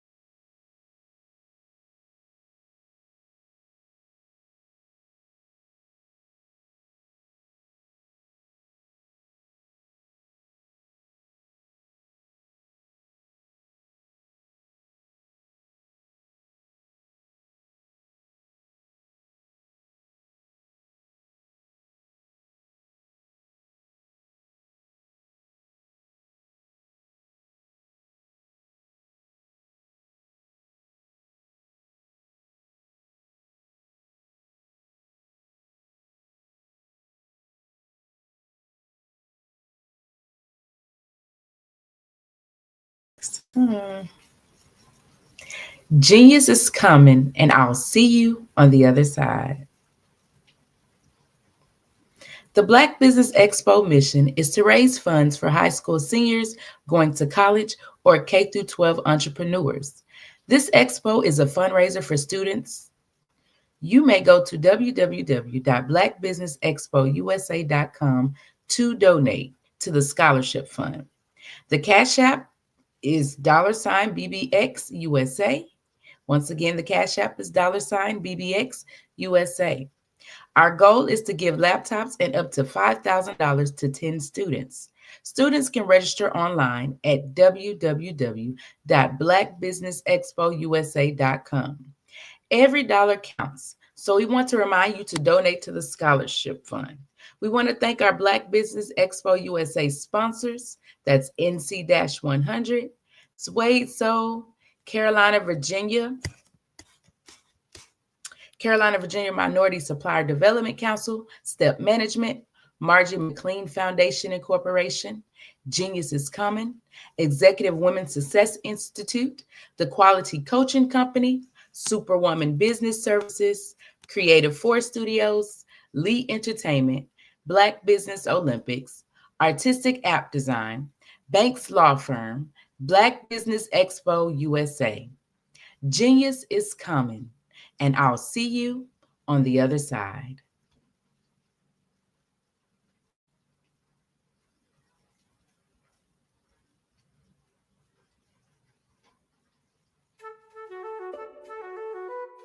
This is Dr. Arnold T. Petsworth. He's the owner of Petsworth Vet World, a veterinary clinic in Hopton, Connecticut. His patients include dog, cat, frog, fish, Goldie, dog, and this alpaca. Due to doctor-patient confidentiality, we can't tell you their names. Business at Vet World was steady, and then quarantine hit. Neighbors brought new four-legged friends into their homes. Bunnies everywhere. Dr. Petsworth welcomed these new patients with open arms. The only problem? There were more appointments than he could manage. That's when Dr. Petsworth turned to his American Express business card, which offers spending potential that's built for his changing business needs. He decided to hire a new assistant, Julio, and with spending power built for business purchases, he used his card to furnish a new exam room. Together, Dr. Petsworth, Julio, and American Express Business made sure all the pets of Hopton got the love and care they deserve. And everyone was happy. Get the card built for business by American Express.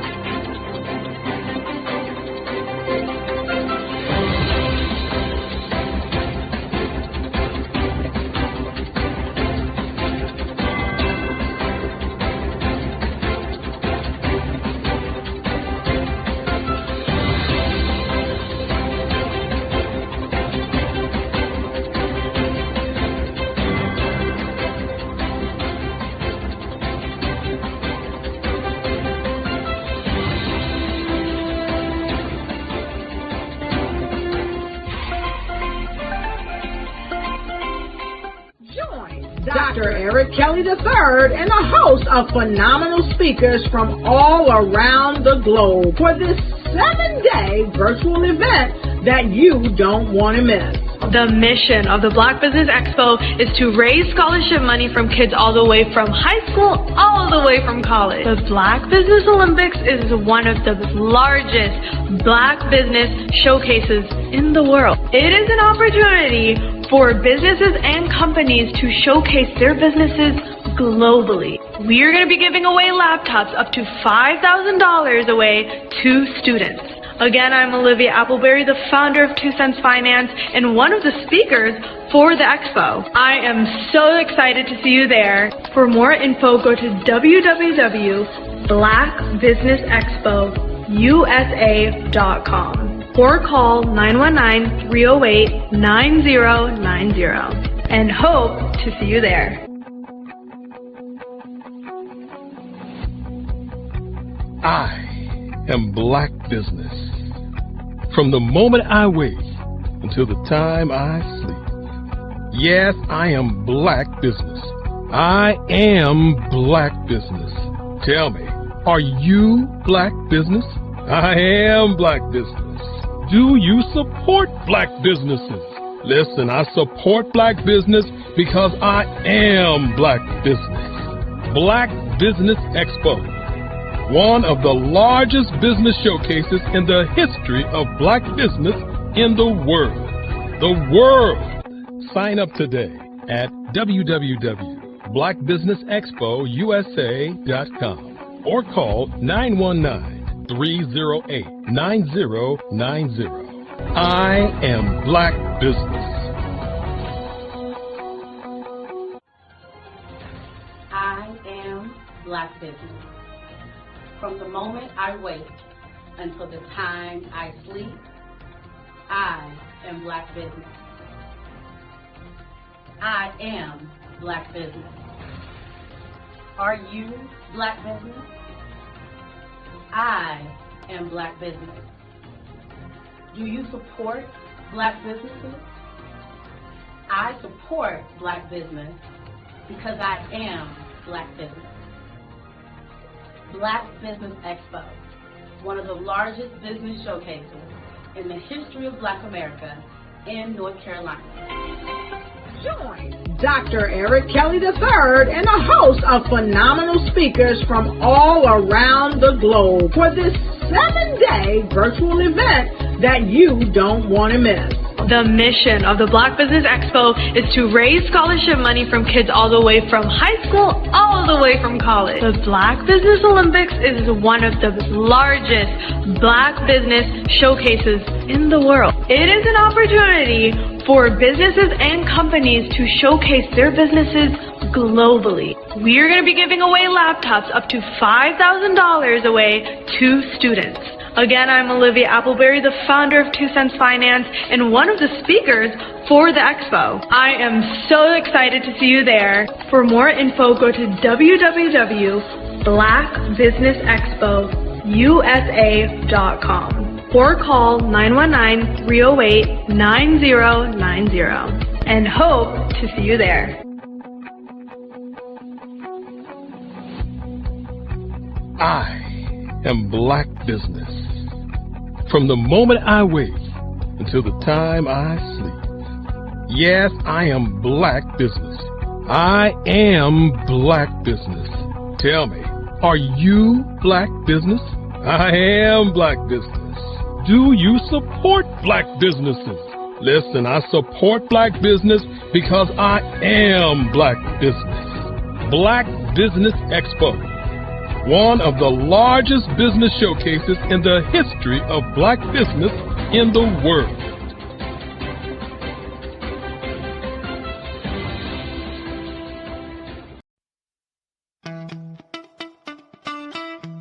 How many times have you been asked to help someone you didn't even know, a student, a business entrepreneur, or did you ever even ask, where did they end up? That business, that friend, that entrepreneur. Well, just maybe they ended up in a gang, bankrupt, homeless, or worse, dead. Maybe they turned to crime, drugs, and alcohol. Did you ever wonder? Did you destroy their dream, or was your life always so easy? At the Black Business Olympics, we started a movement to help students complete. Give them hope and foster success. Help them to leave their dreams of providing laptops, computers, and up to $5,000 in scholarship funds. Today, we ask you to help a student, a business owner, or an entrepreneur to realize their dream by sponsoring them, supporting them, and buying from them. Consider this. With $1.6 trillion in our Black community, we only ask for a small donation for our students, our businesses, and our entrepreneurs.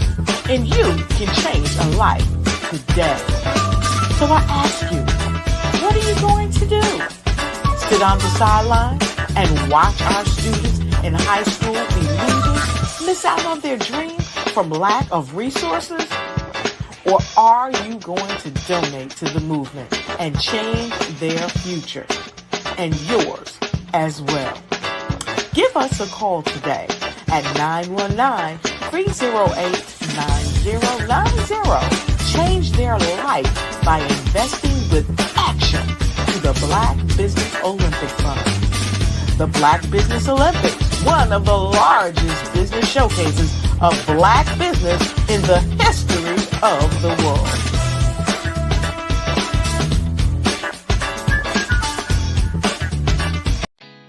Did you know women represent just 3% of Fortune 500 CEOs and less than 15% of corporate executives at top companies worldwide? Have you wondered what the secrets are to getting into the top ranks, whether in the private or public sector? Do you want to figure out how to stop being held back in your career or passed over for promotion? Then you're in the right place. Hi, I'm Dr. Madeline Ann Lewis, President and CEO of the Executive Women's Success Institute.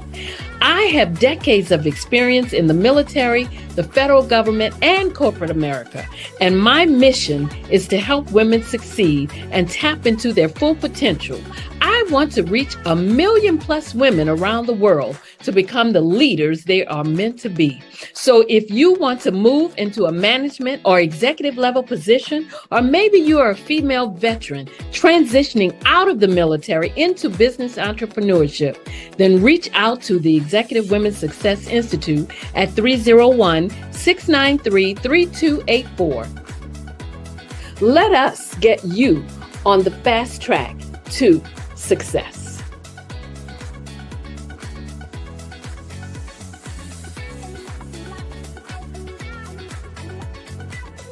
I was born in a little village on the island of Haiti. Many deadly diseases pounded me. It is as if they were on a mission to end my existence on this earth. I refused to give up. In 1983, I left Haiti and came to the United States of America. And I came with $5, 2 shirts. I didn't speak any English. I came to Atlanta. I got a job. I was a doorman. I was a doorman with a dream. What I used to do, I used to come on stage. I'd rehearse this moment that I'm standing in front of you. That's the power of a dream. Maybe today is the day you begin acting as if you already have it. And then step out with full force. Take a risk. No condition is permanent. Don't let your situation distract you. You are chosen. You are called. You are born for a purpose in this life.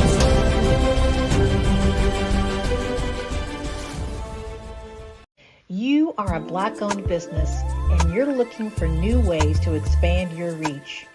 Or you're a creative and you have an amazing story that needs to be told, seen, and heard. Well, at Fayview Night TV, we're streaming the diverse and authentic narratives of Black American culture. At Fayview Night TV, you have access to product placement, feedback loops, promotional spotlights, and other ways to showcase your brand. And we have fans all around the world that can't wait to see what you're up to. So come to Fayview Night TV because we are showcasing the culture 24/7 with Black stories and Black storytellers. Subscribe to FayviewNightTV.com today. And for more information, email us at info@FayviewNightTV.com or call our hotline at 816-819-9939. Fayview Night TV, one of the largest platforms showcasing Black American content in the world. On my day, I was born.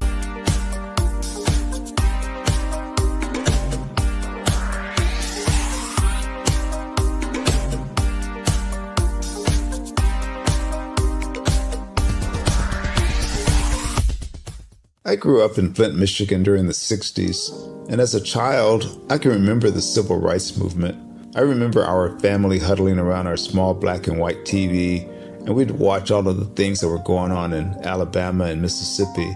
Some of my older cousins were active in the movement, and each week we would have a large Sunday dinner with the extended family, and they would come back and tell us about all of the things that they had seen and done. As a child of about 8 or 9 years old, I always wanted to grow up and be a part of the movement, but by the time I became of age, it was all over. All of the marching was done.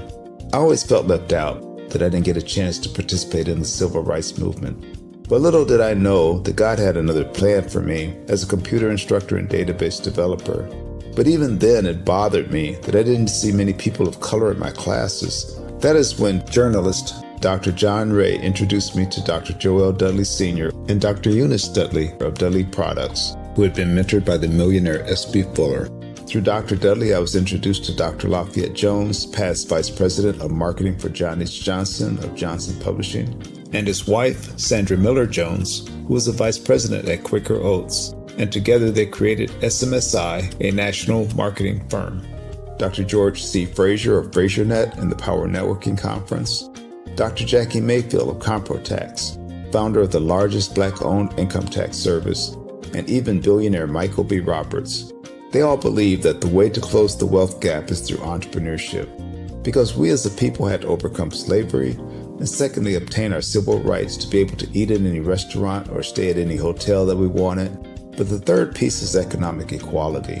And now I am also convinced that we must become entrepreneurs, and to do so we must embrace technology and a strategy of global networking. That is why I created Every.Black, to use my vast experience as a computer instructor to teach entrepreneurs how to use technology and artificial intelligence in business. Every.Black members are listed in our online website directory, promoted in our digital newsletter, on our social media, and on our podcast. And we also conduct weekly virtual mastermind meetings where we read positive books, learn from the experts, while networking with like-minded individuals from around the world, educating them about every aspect of becoming a successful entrepreneur. That is what Every.Black is all about. Just go to www.every.black to take the AI and tech classes you need, to register for our mastermind meetings, and to join the Every.Black family. Visit us at www.every.black and sign up today. Just go to every.black, every.black. No .com, no .net, just every.black. .black is the new .com. Bravery is not the absence of fear, but the ability to overcome it. We stand for those who defy suppression, who speak out, and those who walk the road less traveled. Everyone deserves to be seen and their voices to be heard. We're sparking a movement, growing a community of creators united by the desire for freedom, choice, equity, and ownership. At Fanbase, it's all for one and one for all. We support each other to guide, promote, and uplift you in a place where you can unapologetically be yourself. A place where your voice, ideas, and creativity are not just welcomed, but celebrated. We are Black founded, minority funded, and supported by a diverse, inclusive, powerful community that believes in the strength of authenticity and individual choice.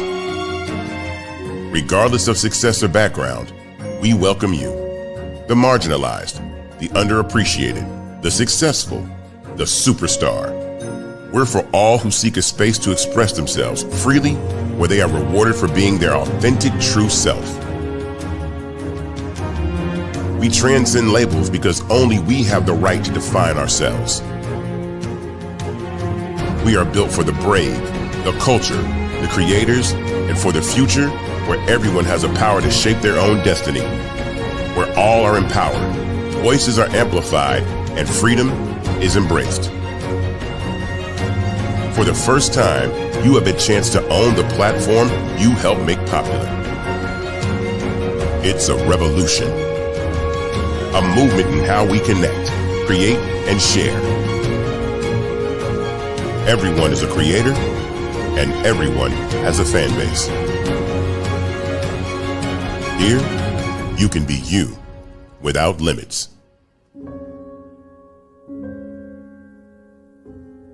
Hello, I am Dr. Eric Kelly III, the visionary strategist and founder of the Black Business Olympics.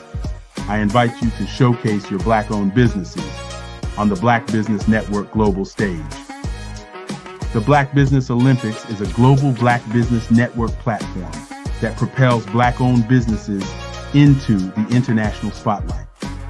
By showcasing your business on the Black Business Olympics platform, you can reach a worldwide audience of potential customers, partners, and investors. You can also establish yourself as a thought leader, an expert in your field, attract lucrative partnerships, and more speaking engagements. In addition, the Black Business Olympics platform provides a valuable opportunity to connect and collaborate with like-minded entrepreneurs and business professionals from around the world. This can lead to new business opportunities, ideas, and relationships.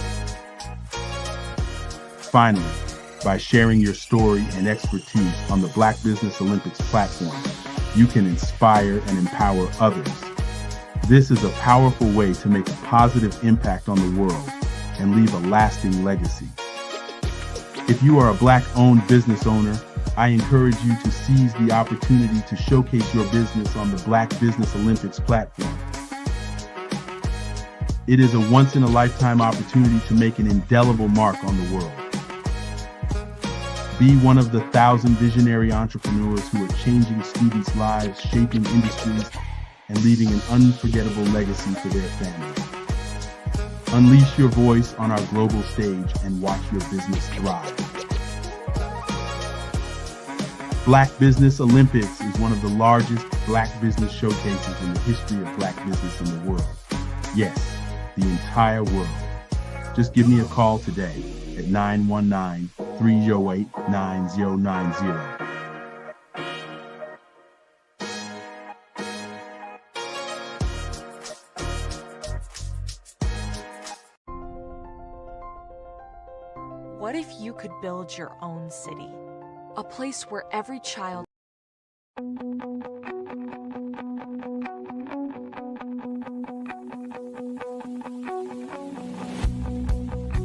I am Black business. From the moment I wake until the time I sleep. Yes, I am Black business. I am Black business. Tell me, are you Black business? I am Black business. Do you support Black businesses? Listen, I support Black business because I am Black business. Black Business Expo, one of the largest business showcases in the history of Black business in the world. The world! Sign up today at www.blackbusinessexpousa.com or call 919-308-9090. I am Black business.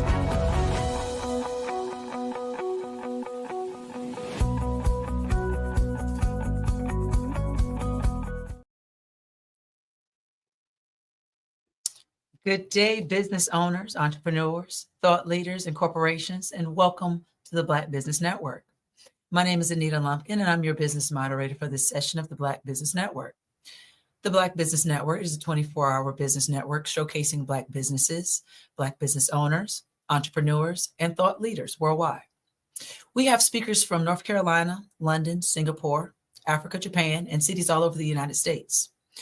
The Black Business Network is a global community sharing its business knowledge to empower, inspire, educate businesses about businesses.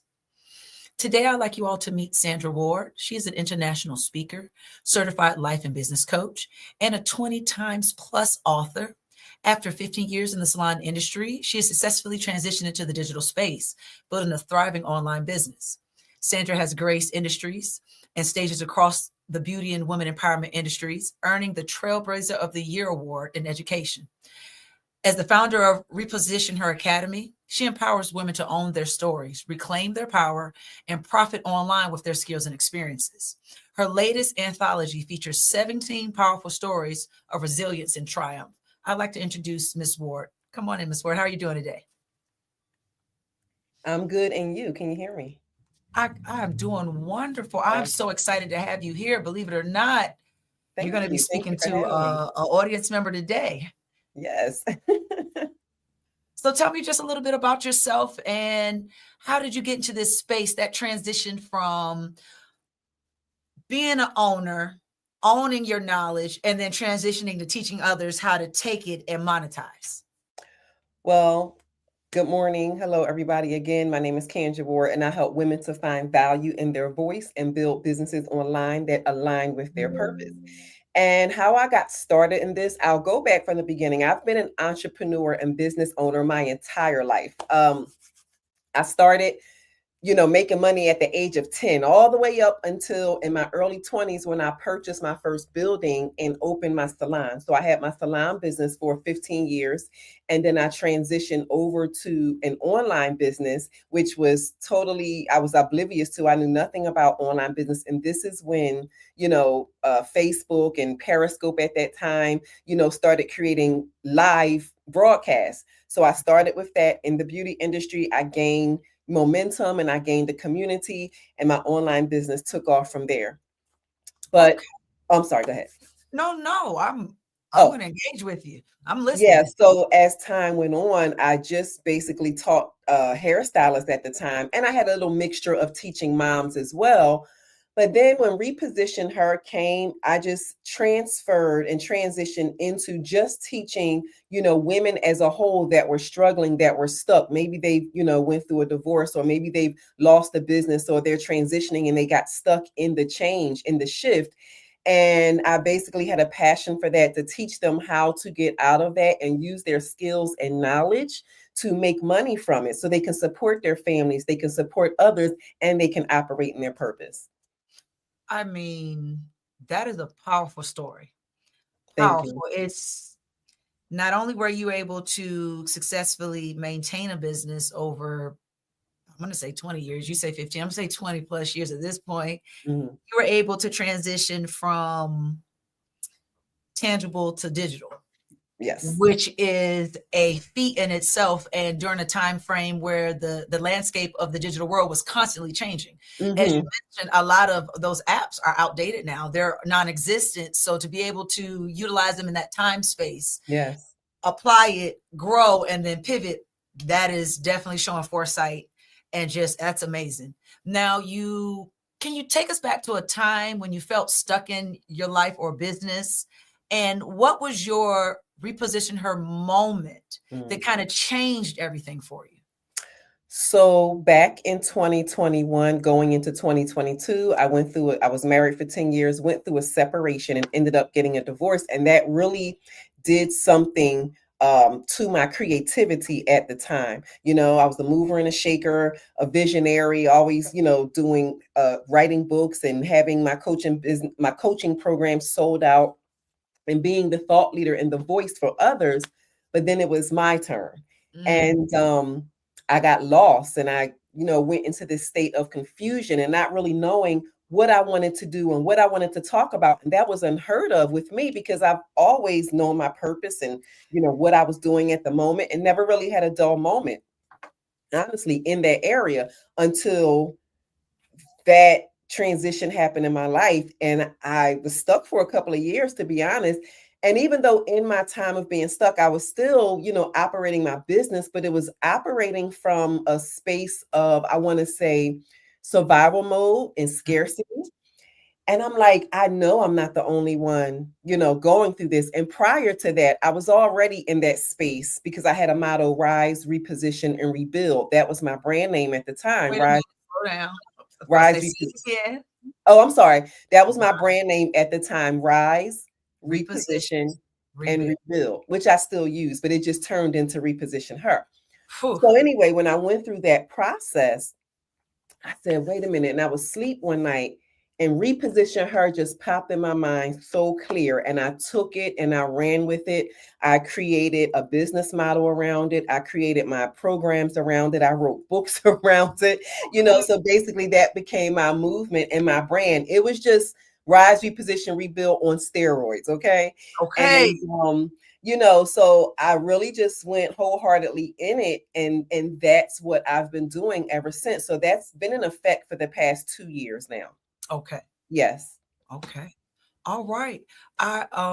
First of all, congratulations. Thank you. You took a moment that would usually cripple most, and you turn it into not only an empowerment for yourself, then you paid it forward for others. You showed them, okay, this is how I did it. Now you don't have to go through strife to get this, but this is how to get this. Here's the shortcut. So that is beautiful. I always love to see when people figure things out and then leave the door open for everyone else. Now, as professionals, as women, and as maybe just as humans, self-doubt, imposter syndrome, anyone I feel that strives for any type of level of achievement consistently, no matter where you are in the gambit, you feel that imposter syndrome at some phase of a transition between levels. What advice would you give to those who feel that they might not be good enough or not even good enough?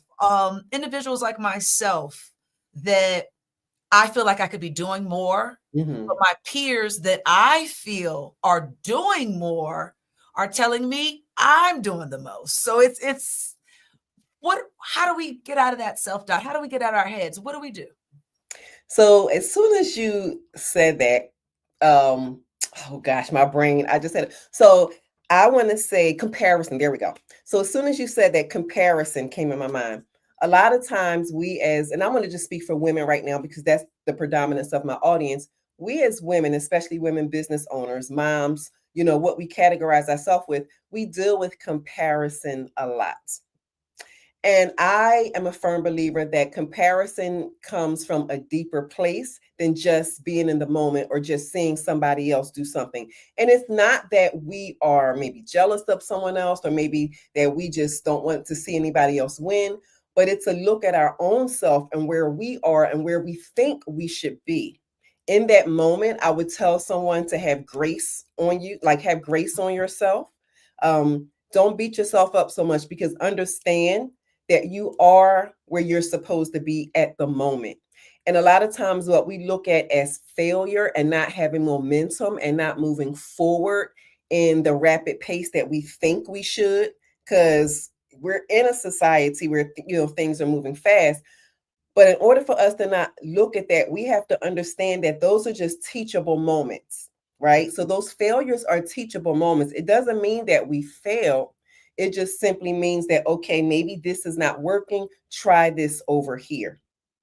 And then another thing to add to that, sometimes we may be in a space where we are trying something consistently, and then we have to ask ourselves, okay, maybe I'm supposed to move from this position because that season is over. So you just have to really do some self-reflection and introspection to see, am I finished with that season? And maybe I need to move to something else. And these are just the signs that because it's not working, I'm done with that space. And now it's time to go somewhere else. Because sometimes we like to stay in that comfortable space, right? And that causes us to be hard on ourselves with imposter syndrome and we're not good enough. And because we're supposed to be over here. But we're staying here because that's that comfort spot. And because technology is changing so much, the internet is changing, social media is changing, it can be challenging to keep up with and you feel left behind. But this is why you have to understand what space you're in so you know how to operate effectively. I receive all of that. I think in the back of our minds, we know that. And grace. You hit it on the head. Grace. Yes. That's the biggest thing. Get just grace and knowing that with failure is a learning opportunity. If you don't fail, you can't grow. So I receive all of that. Now, to me, I can't speak for anybody else, but it's starting to sound like Reposition Her is more than just a brand. Oh, yeah. It's sounding like a movement. It's giving movement right now. Yes. How can women get started in repositioning their lives and being a part of this movement? Well, The internet is crowded. There's a lot of content creators. There's a lot of coaches. There's a lot of consultants. There's a lot of, a lot of things are going on online. I would say take some time and really learn somebody, including me.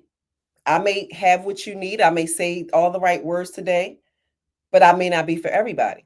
And you have to understand that when people work with me, when women come to work with me, we make sure in the beginning we have a talk. We make sure that I'm for you, and I want to make sure that you're for me, because I don't just want your money. I just don't want you to be a part of something just because maybe I said something that you that touched your heart at the moment, because maybe I may not have what you need. But to answer your question, directly, how they can get started. Number one, they can go to repositionheracademy.com, or they can go to KendraWard.com and learn all about it.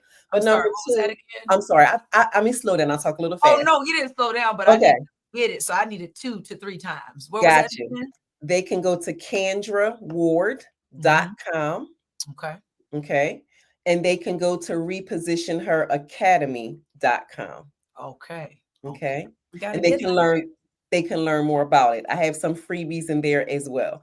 But basically, I would say just to understand what you need in the moment, because people make moves because either they want to have a pleasure fulfilled, or they want to have a pain fulfilled.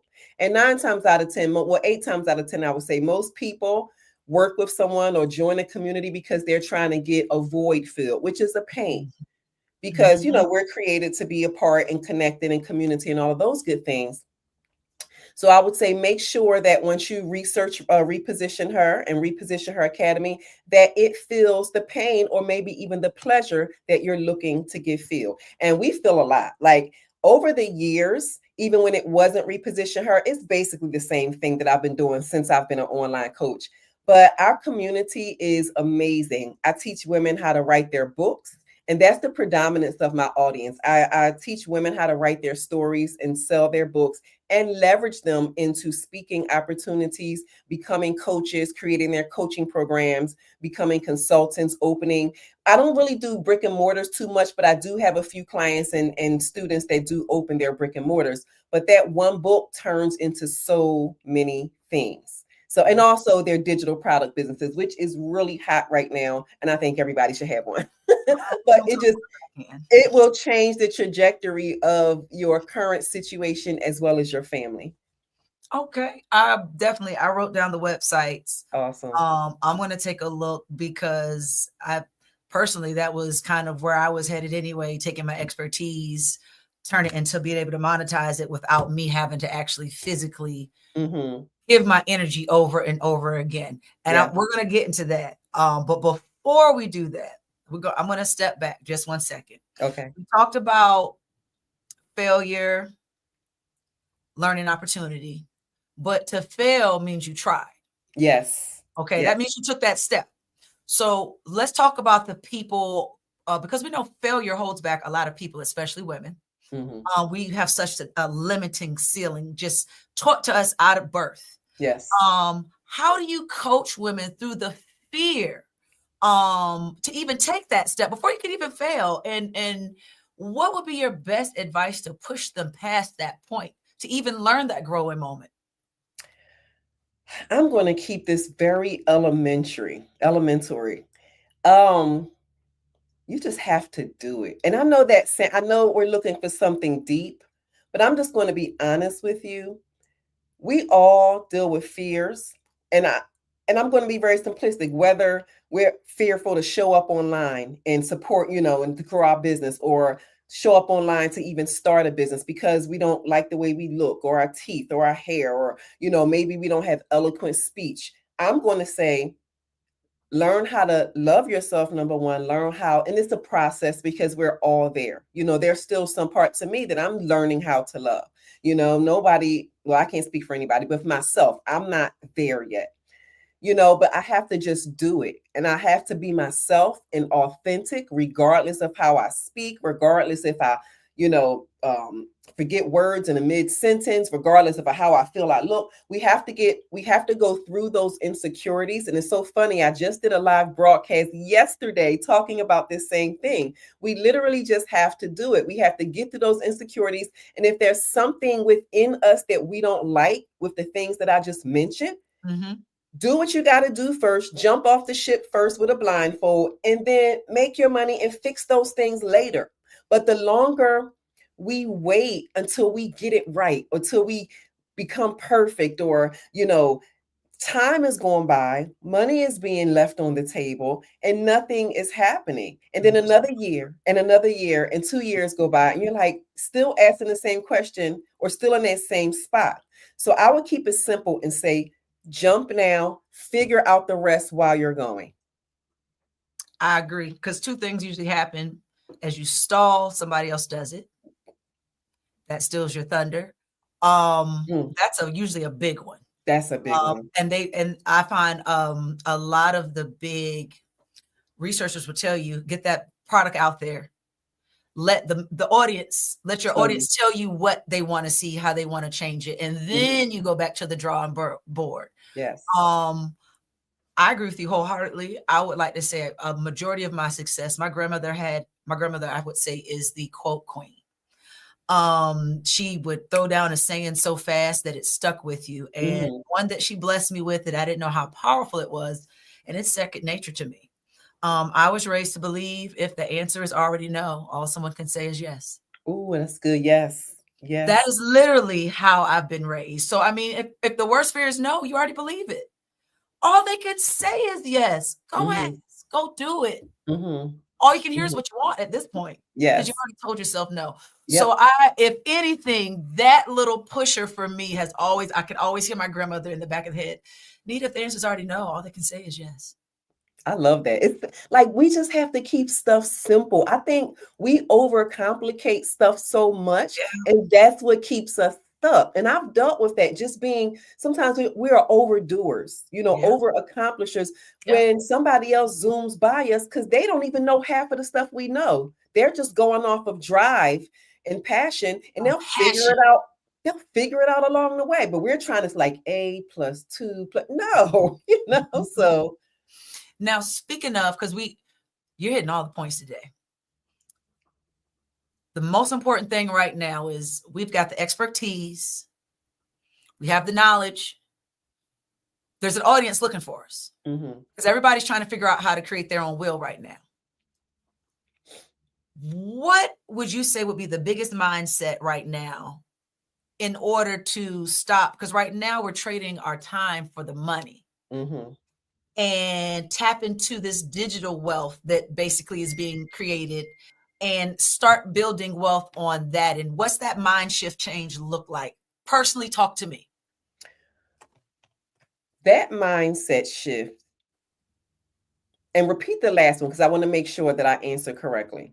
So right now, I'm literally trading my time for money. That's why time is so valuable. We've been taught, time's valuable. Time's valuable. Every minute counts. Every minute counts.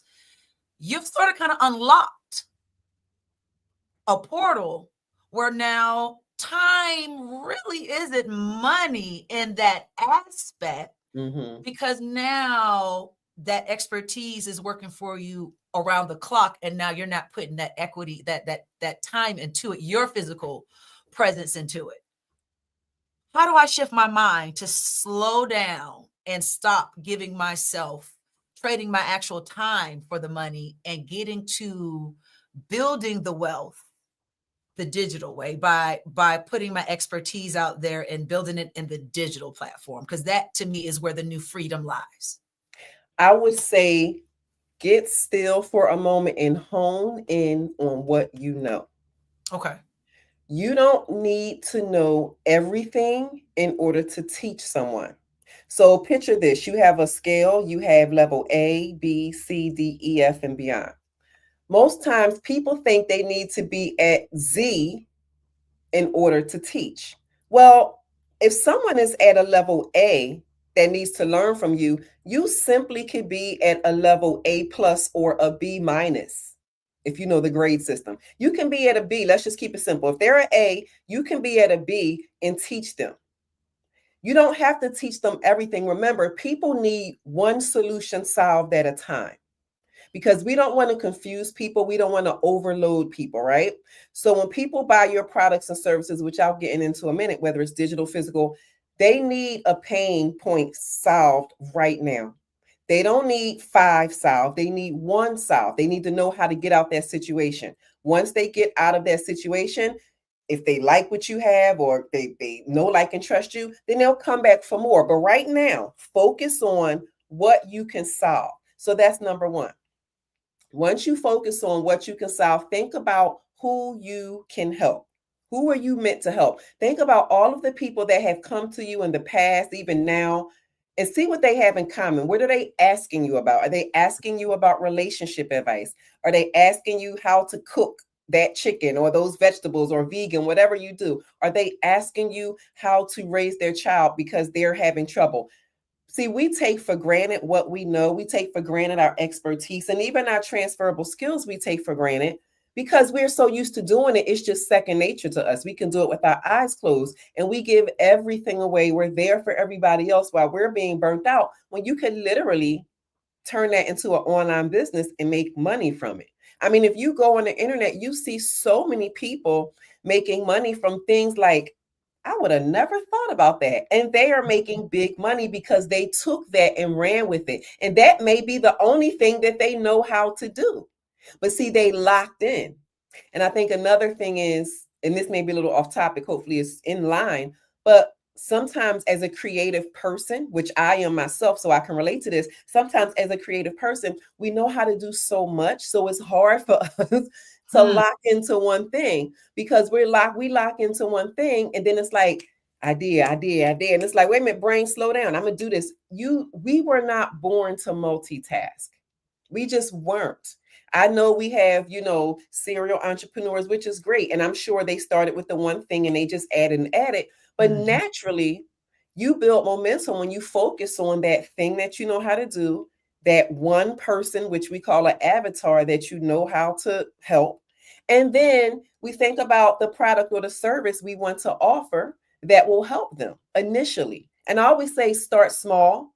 We have a lot of gurus and things of that nature. But if, again, as I shared earlier, if what that coach or that guru or that community is, if what they're saying is not really aligning with you right now, then work with someone that may align with you. Work with someone that can help you to start small, whether it be teaching you how to write your first book or write an ebook, or maybe create a master class or something that you can charge a particular amount for, which is a digital product.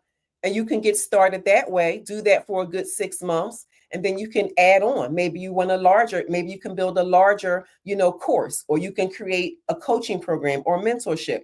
And it's so many levels to this thing, but I would say initially just figure out what problem you solve, what your genius is in, and who you solve it for. Once you figure those 2 things out, other things will begin to get into alignment. Now, you tap right in it, because you said you start off by doing your e-course or your digital book, which would be turning that knowledge into the digital format to produce revenue. Mm-hmm. How do I start? How do I take this and get it there? How do we start? So, all right. So now that you have that, because I had to get that clarity. I always start with clarity, because one thing I don't do, even when I teach my students and clients, I don't start with the tangible and the physical aspect first, because we got to get clear, because there are people out here creating things and it's just it's not really helping anyone. So anyway, so once you have that clarity out the way, you're going to figure out what product or service you want to do. Let's just do it digital. Let's say an ebook. Okay. We're going to do a simple ebook. We all understand ebook. Got it. We're going to do a simple ebook. They still sell to this day. It's easy to make. You can make it in a day or less, and you can sell it. So I'm going to give you some really quick steps. So what you do is think about what type of ebook you want to sell. Think about what niche. Get a profitable niche. The top three profitable niches are relationships, health and wellness, and finances. Whatever, falls under finances, make money online, budgeting, personal finances, debt, all those good things. You choose something under one of those 3 big profitable niches, and you could create a sub niche. So let's take health, for example. That's a big profitable niche. Under that, you can think about, let's say, health. Maybe someone wants to lose weight. You can teach juicing, meal prepping, mental health. Choose one of those that you are great at, which you are genius at. You go to Chat GPT, because this is what we do today. You go to Chat GPT, you create a prompt. I have several prompts. I'm really good at them, but right now, because, I don't want to take too much, but you put a prompt in. Let's say you say, I am a blank, blank, blank. I'm an online consultant and I teach single busy moms with 3 children, just be real specific, how to meal prep, so they can eat healthy, right? Make it compelling, make it polarized, make some titles polarizing, make sure that it's relatable. I want you to create this content or these titles as if I'm talking directly to them. You want to get ChatGPT to know you specifically. So every time you go inside of ChatGPT, you can start everything off by use my history and then go on with your prompt. And they'll use everything that you have, put in the past. So now you ask ChatGPT, give me 6 to 9 chapters or 3 to 6 chapters about such an A, B, and C. Once you give me those chapters, fill in those chapters. Make sure that it's humanized. Don't use any jargon. All those good things. It writes your book out. You can either do 2 things. You can go to Fiverr.com, which is F as in Frank, I, V as in Victor, ERR. So that's FIVERR. It's a platform that creates things for you. It does your websites, landing pages, all of that. Or if you are technically savvy and you have a little, you can go to canva.com. So what Canva will do, you can write your books in Canva. You can take what you created in ChatGPT, copy and paste, and put it inside of an ebook template in Canva. You can create I did not know Canva would make your book. Oh my gosh, that's what everybody makes their ebooks in Canva. Yes. I was wondering how they was pumping them out. I'm like, and y'all got children. I have no children. And Canva has a plethora of ebook templates. So we don't look like we're all cookie cutter boxing it out of Canva. Okay. Keep going. I'm sorry. Keep going. Okay. So no, that's it. And you create it in Canva, and voila, you set up a digital delivery system, whether it be Kartra, System.io, StanStore, Gumroad, PayHip. There's a lot of them out there. And you set it up there. You set up your payment platform, Stripe, PayPal, Moonclerk, and then you create your sales copy. You put it on your landing page inside the digital delivery system. And you upload your digital product, and once they go on, they like what they see, they need it, they push buy now, they pay, your digital product ends up in their email, everybody's happy. How long does that process, a turnaround, like if I wanted to start today, from me slowing down, getting the clarity, going through the prompt motion, using the chat, transition it to either the Canva for myself or getting someone on Fiverr to bring it on, uploading it to a platform to dispense it, reaching my audience, getting the check. What is that? Even if it's just one book, what does that process usually look like to have reasonable expectations? I'm going to give you 2 different demographics with that. The first person, it'll take them a day if they're already clear. And if they already have some form of audience. You can get paid in a day. If you're already clear and you have some form of a buying audience from other things, because they already know, like, and trust you. All you have to do is create the book, pop it out, tell them, hey, email if you got email. That's the first person. Okay. The second person, if you're not clear, I'm going to add 3 people because I'm going to make it very, I'm going to be realistic. The second person, if you're not clear, and you don't really have an audience, right? It can take you 30 days. Okay. Now, the only way you will surpass the 30 days and probably end up in your 45, 60, sometimes even 90 day is if you are the type of person that has a very hectic schedule. You don't really,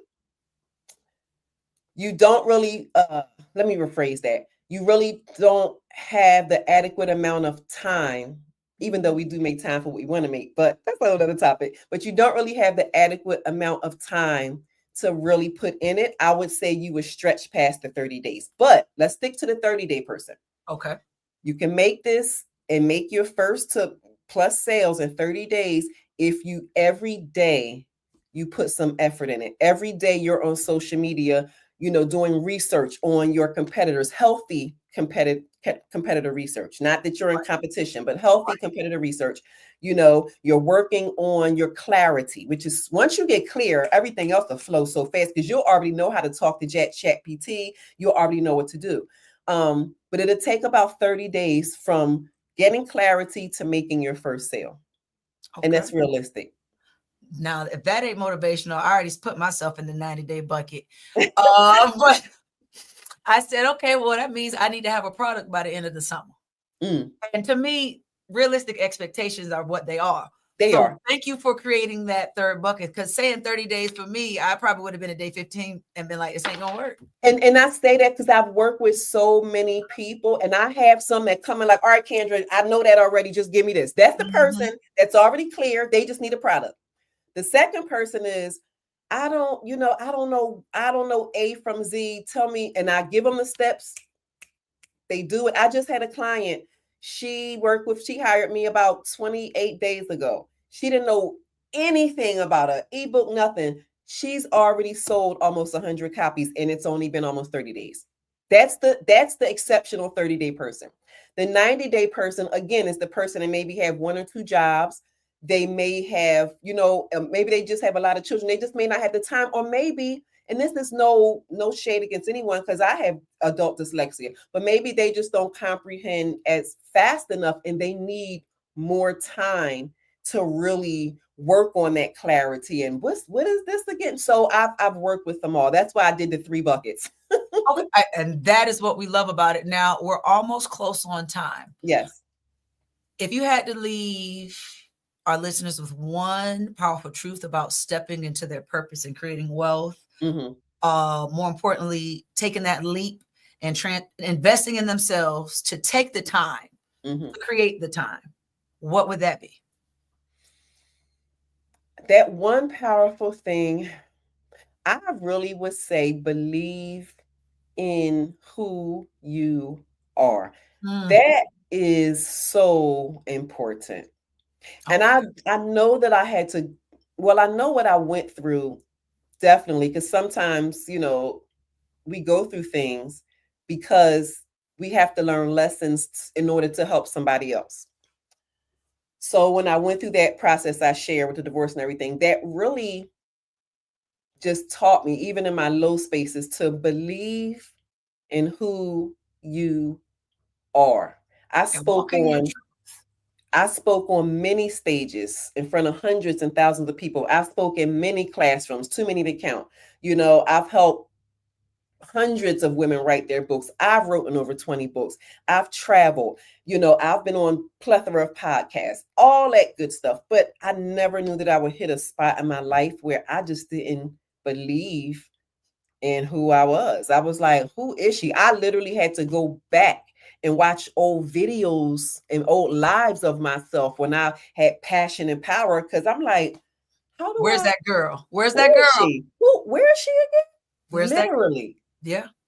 So and go ahead. I'm sorry. No, I was going to say, you hit it on the head. Knowing yourself, finding yourself, believing in yourself. Yes. It's, I don't know. I feel like this one was for me today. I'm gonna definitely circle back with you on the back end. That's what I would leave with. I'm gonna say you have no idea what I do personally, but I want to thank you for speaking with us today, Ms. Ward. I want to thank you for sharing your expertise on the show. Can you tell people how to get in contact with you, how to reach out? Can you cover your website one more time and how to get involved in this? Yes. So you can go, okay. So I have one link tree that tells you, it has everything on there, all of my testimonials, my speaking, all of that. So that's KendraWard.com, or it's repositionher.com. Just stick with KendraWard.com. And then the Reposition Her Academy that I was speaking of, that's repositionheracademy.com, which is also on the KendraWard.com. So you can reach me there. I do one-on-ones as well. Reposition Her Academy is an accountability, a community, and a mentorship coaching program. It's rolling enrollment. And so you can reach me out. I have my email on kanjaword.com. So if you have a question, go ahead and email that to me and just check out everything that I have to offer. I have something for you if you decided to go on the site. Okay. Well, I want to thank you for taking this time out on behalf of other fellow women entrepreneurs and blessing us with this information and not gatekeeping. Yes. I want to thank you for your time and thank you for joining us on the Black Business Network. And always remember, genius is common, and I'll see you on the other side. Thank you so much. I appreciate that. All right. Bye-bye. Bye-bye.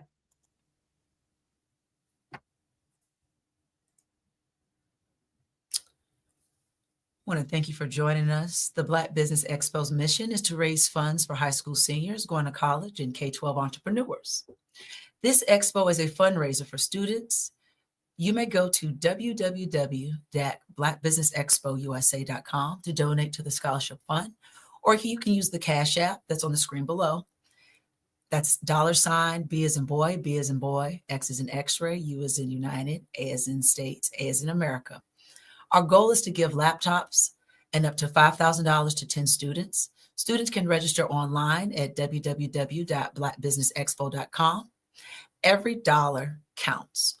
So we want to remind you to donate to the scholarship fund. Now, we would like to thank some of our sponsors this year. Some of our sponsors below would like to be for the March 2025 year: NC 100, Suede Soul, Carolina, Virginia Minority Supplier Development Council, Step Management, Margie McLean Foundation Incorporated, Genius is Common, Executive Women's Success Institute, The Quality Coaching Company, Superwoman Business Services, Creative Force Studios, Lee Entertainment, Black Business Olympics, Artistic App Design, Banks Law Firm, and the Black Business Expo USA. And always remember, genius is common, and I'll see you on the other side. Thank you for joining me. Hello, my name is Kiasi Helm, and I'm 14 years old. I think my genius would probably have to be setting goals and achieving them. I say this because ever since I was young, I always wanted to be an author, and at age 11, I ended up achieving this. But not only did I end up becoming an author, I ended up becoming a public speaker, a publisher, a business owner, all these great things. The name of my business is Written by Kids Publishing Company. I decided to start this company because I thought it was important for me to help kids my age express themselves through literacy and just achieve their own goals. Because to me, achieving goals is the best thing in the world to feel. It's you just achieving things and aspirations that you set for yourself. And I know that everybody is capable of this because even if you don't end up achieving the goal, you still tried your best, and that's the most important thing. And everybody is capable of this because genius is common. Thank you.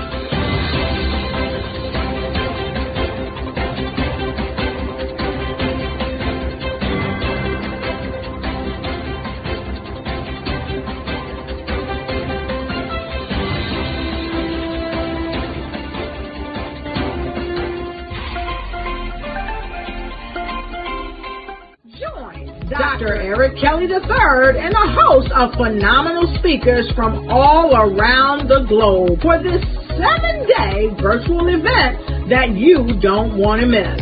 The mission of the Black Business Expo is to raise scholarship money from kids all the way from high school, all the way from college. The Black Business Olympics is one of the largest Black business showcases in the world. It is an opportunity for businesses and companies to showcase their businesses globally. We are going to be giving away laptops up to $5,000 away to students.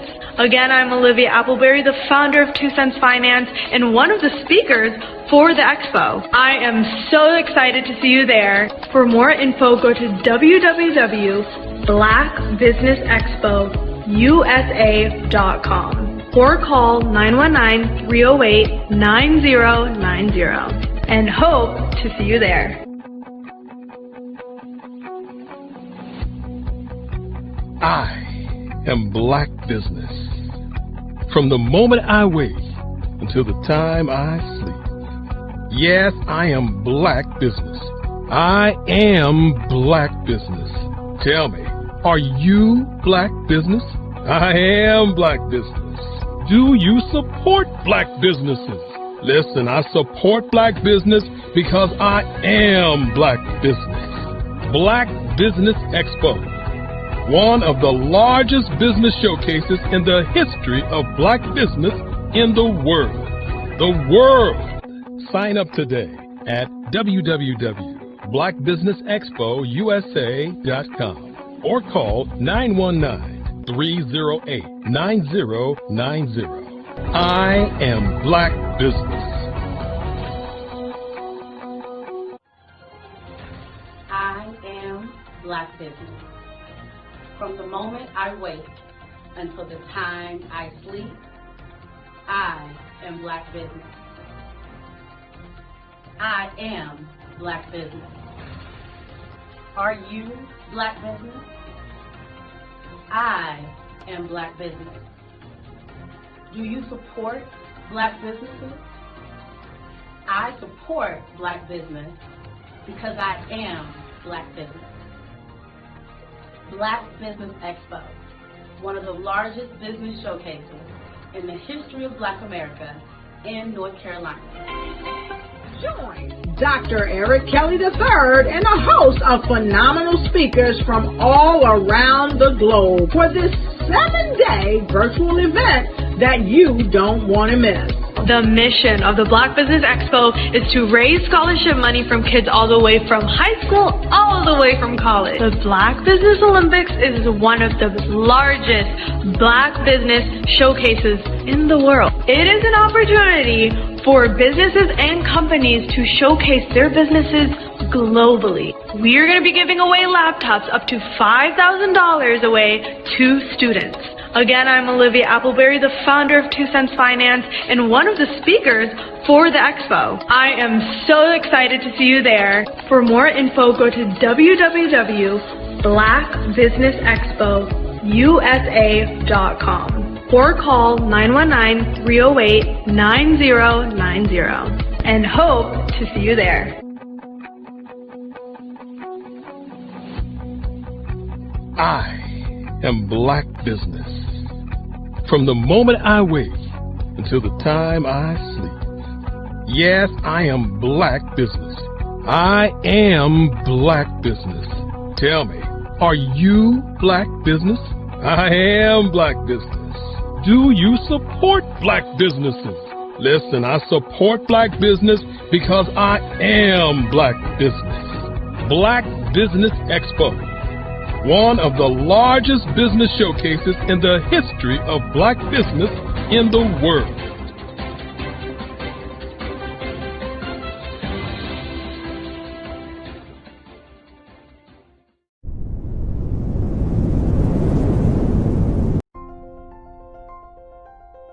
What if you could build your own city?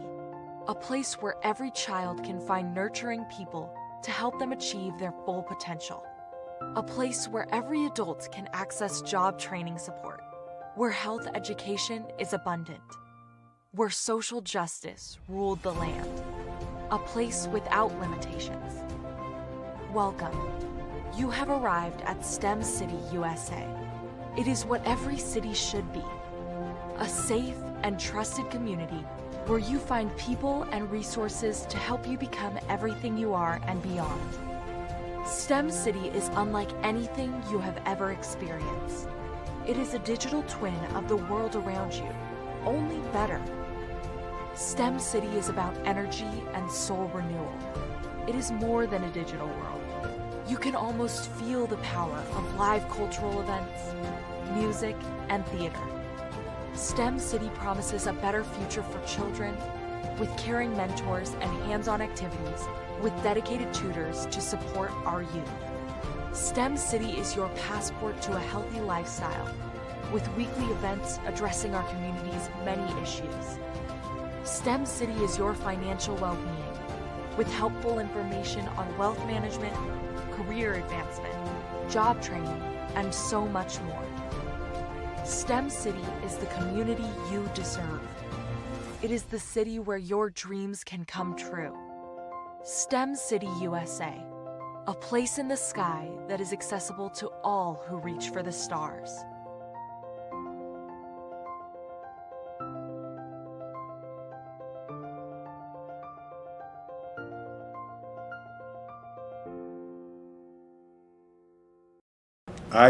Artist to me is a creative expression of something from nothing.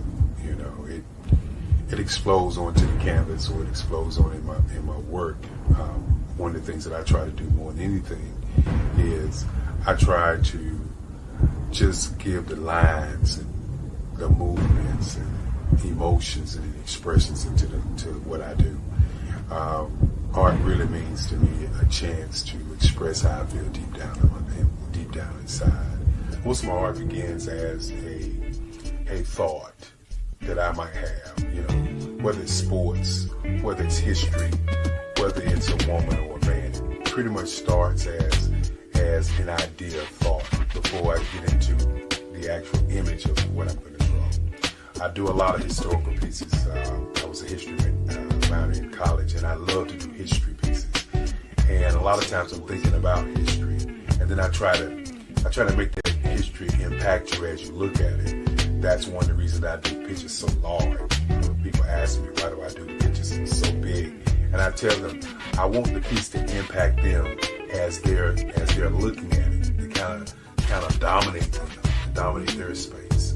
And most of my pieces I try to do off page. I don't try to do anything that's going to be in those four corners or in a square. And I want your imagination to be a part of the piece that you're looking at.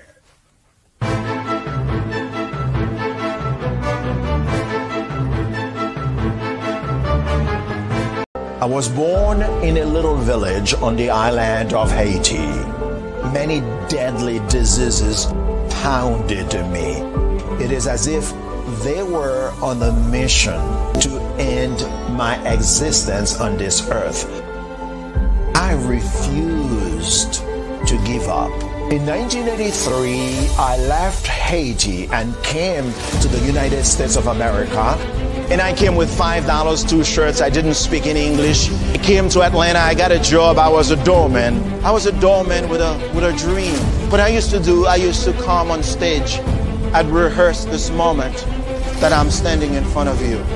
That's the power of a dream.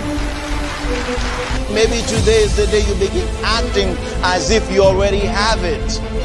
And then step out with full force. Take a risk. No condition is permanent.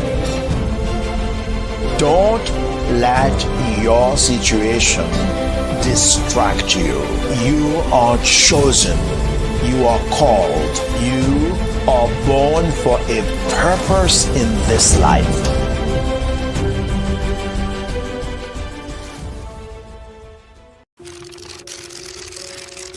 Bravery is not the absence of fear, but the ability to overcome it. We stand for those who defy suppression, who speak out, and those who walk the road less traveled. Everyone deserves to be seen and their voices to be heard. We're sparking a movement, growing a community of creators united by the desire for freedom, choice, equity, and ownership. At Fanbase, it's all for one and one for all. We support each other to guide, promote, and uplift you, in a place where you can unapologetically be yourself. A place where your voice, ideas, and creativity are not just welcomed, but celebrated. We are Black founded, minority funded, and supported by a diverse, inclusive, powerful community that believes in the strength of authenticity and individual choice. Regardless of success or background, we welcome you, the marginalized, the underappreciated, the successful, the superstar. We're for all who seek a space to express themselves freely, where they are rewarded for being their authentic, true self. We transcend labels because only we have the right to define ourselves. We are built for the brave, the culture, the creators, and for the future where everyone has the power to shape their own destiny, where all are empowered, voices are amplified, and freedom is embraced. For the first time, you have a chance to own the platform you helped make popular. It's a revolution, a movement in how we connect, create, and share. Everyone is a creator, and everyone has a fan base. Here, you can be you without limits.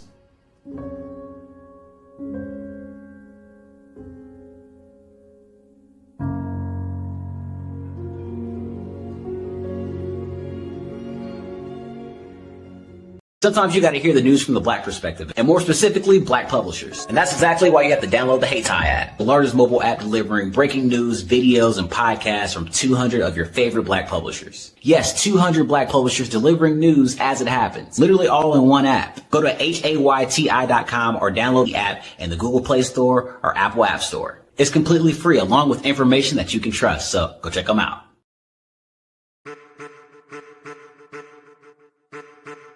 I am a child of the Most High God.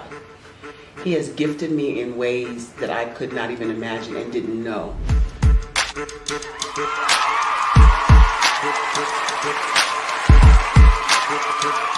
There was a time when I didn't know who I was.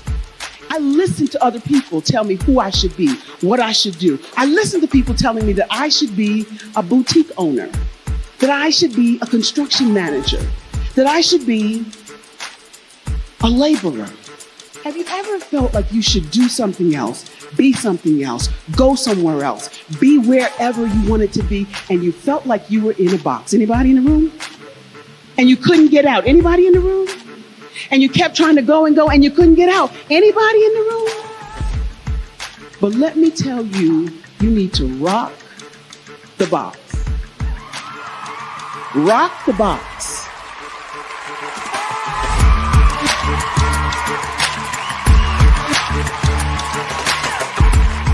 I am engaging, inspiring, and empowering.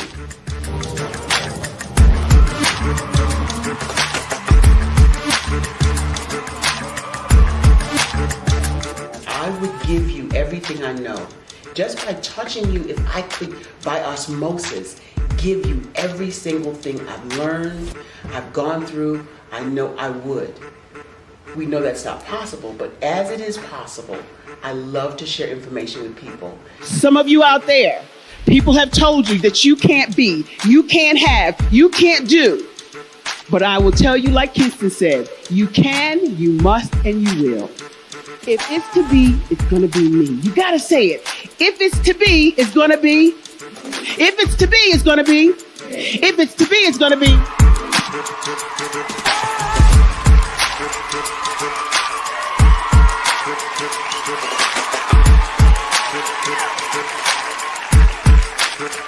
Barbara is because she believed what her mama said about her and not what other people told her.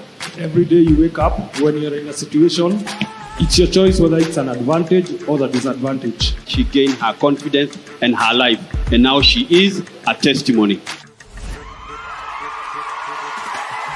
If I can help you elevate yourself, then I feel like I'm elevating my own self as well. What you know and I know together can change the world.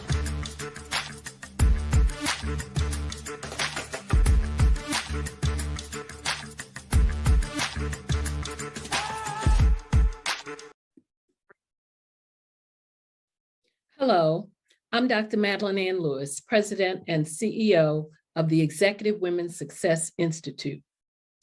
And my genius is helping women accelerate the path to success. You know, I was blessed to have strong women in my life who encouraged, motivated, and pushed me to do my best and to never even think about giving up on my dreams. So I say to women, we must show up to rise up. We have talents and potential, but who will see them if we don't speak up and get noticed? I know that women are a tremendous resource on this planet, and there is nothing more fulfilling than helping a woman tap into her full potential. I do this because I want to be a part of helping as many women as I can to show up, to rise up. I do this because genius is common. Did you know women represent just 3% of Fortune 500 CEOs and less than 15% of corporate executives at top companies worldwide? Have you wondered what the secrets are to getting into the top ranks, whether in the private or public sector? Do you want to figure out how to stop being held back in your career or passed over for promotion? Then you're in the right place. Hi, I'm Dr. Madeline Ann Lewis, President and CEO of the Executive Women's Success Institute. I have decades of experience in the military, the federal government, and corporate America. And my mission is to help women succeed and tap into their full potential. I want to reach 1 million+ women around the world to become the leaders they are meant to be. So if you want to move into a management or executive level position, or maybe you are a female veteran transitioning out of the military into business entrepreneurship, then reach out to the Executive Women's Success Institute at 301-693-3284. Let us get you on the fast track to success.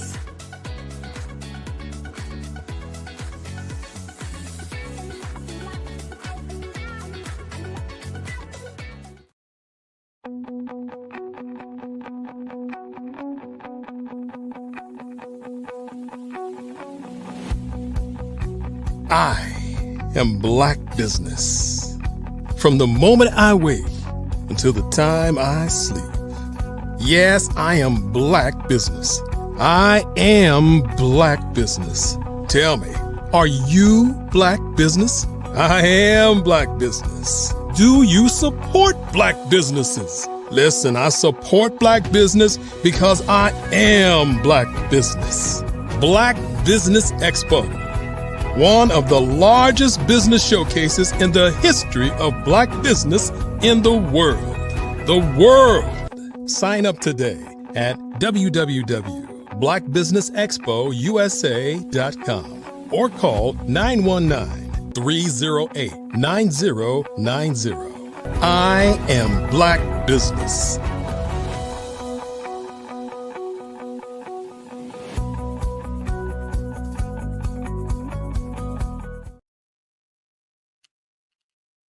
Good day, business owners, entrepreneurs, thought leaders, and corporations. Welcome to the Black Business Network.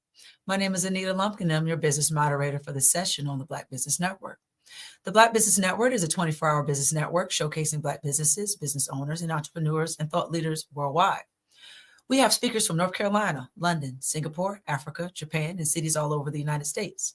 The Black Business Network is a global community sharing business knowledge to empower, inspire, educate businesses about businesses. Today, we will be hosting a fireside chat with Dr. Mel Bonelli Henderson. Dr. Henderson, how are you doing today?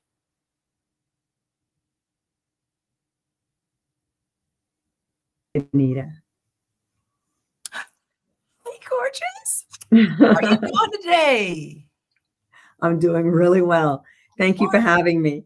Okay, well, I did not receive your bio. Oh, you didn't? But I've read through what you do, and I really want to jump into it because I have no idea what's going on.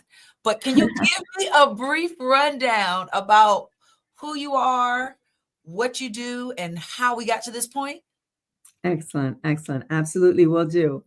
Well, my name's Dr. Melba Benelli Henderson, and I currently reside in the state of New Jersey. And I have been a clinical dentist for over pretty much in the dental healthcare industry for over 42 years. And during that time frame, I just knew dentistry was my passion. It's all I did since high school. Since I graduated, I started as a dental hygienist, went on to be a dentist, went into the military as a captain, served in the military as a dentist, started my own private practice in the state of New Jersey. And over the years, just thought I was totally fulfilled. I was invited by a really good friend of mine to a futures and commodities trading educational platform one day. And she actually had me qualify to come on this class because I'd missed a couple of the classes. And she just said to me, well, you're going to have to get caught up before you come on. And so she sent me all the videos that I'd missed, and I had to study up and everything. And I finished all the videos, got back to her and said, okay, can I get on the class now? And so she let me in the class. And when I started learning about trading futures and commodities contracts in the marketplace, I was so intrigued with the simplicity of the educational platform that I got involved in, and started applying myself and ended up getting myself into another stream of income that I did not even anticipate or knew existed, where I could sleep and make money while I was sleeping. Never experienced that before, because in dentistry, you have to be there pretty much 9 to 5 or 9 to 8 if you have an evening practice. And so I always had the rewards of the fruit of my clinical labor, where my hands were clinically in someone's mouth, caring for them. And this is an educational venture for me, where I can actually sleep and wealth is being created for me. And there's a profit margin that I can secure while sleeping, and I absolutely enjoy it.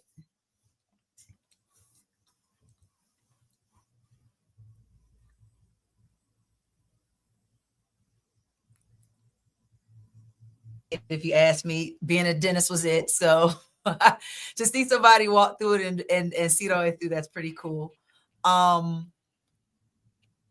Futures and commodities.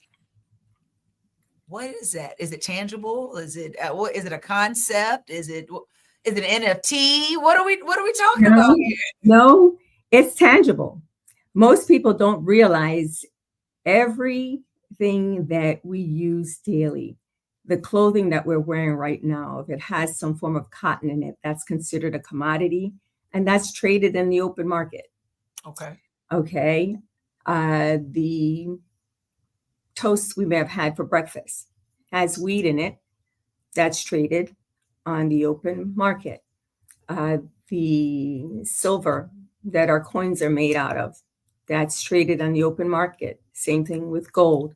There are different things, that necessities that we have, that we use for living every day, that's trading on the open market. And we do that through contracts.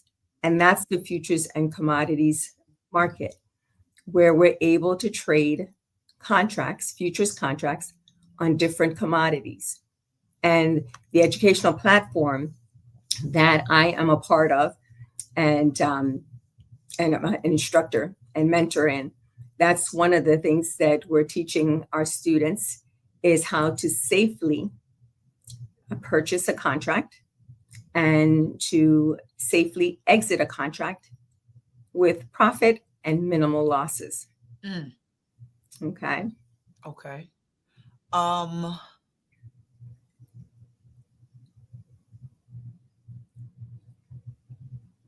You said that it's our everyday items versus, I feel in a way, the traditional stock market is sort of kind of our everyday items, but in a different aspect. How do they differ and how do they cross over? Yes. And that's a really good question. The difference between the stock market and the futures market, the stock market, you're buying shares. In the futures market, you're buying contracts. In the stock market, it's a daytime trading. In the futures market, you have daytime and evening trading going on. And so you have a lot more flexibility. Okay. One of the things our mentor, Mr. Delvin Wright, he asks us all the time in our classes, if you had the opportunity to invest in a coffee shop or invest in coffee, what would you choose to invest in? Actual coffee, because it's everywhere. All the coffee shops. Absolutely. Because with coffee shops, if the market makes a downturn at some point, or that shop gets sued for whatever reason, and they cannot make it through their next pay cycle, they disappear. Okay. But the actual product coffee has been here, withstood the test of time, and it's going to be here for a very long time. So as long as we're on planet Earth, there's certain things that's a part of our everyday living and our everyday lives. And those tend to be commodities. Even the oil that we use, the gas that we use, all of those are considered commodities. And a lot of us, we travel on airplanes, we travel in cars. And so we need oil and we need gasoline because those are the type of, commodities that are used for our travel industry, for heating our homes, depending on what part of the country, part of the world that you're living in. Okay. I'm going to veer a little bit off, but since you said you teach it, I think you can handle it. So you highlighted that traditional with stocks, we're basically buying into the company, the brand, its success, versus with the futures and commodities, we're buying into the contract. On an elementary level, if you had to explain or give an example of what a contract looks like to wrap our mind around it, what is the most simplistic version of what that means, the definition of contract? Because in my mind, I think of an actual contract, and that could just be industry misusage of verbiage right there. Okay. Yes. Very good. So the simplest way that I can put it is you can purchase a certain amount of a commodity today with a time in the future. That's why it's called a futures contract, where that commodity will be delivered. Okay. And so you're saying, but I don't want tons and tons of corn being delivered to me, Dr. Mel. Like, I have to take delivery of tons of corn in these contracts? No. As a small speculator, is what we're considered traders in the marketplace.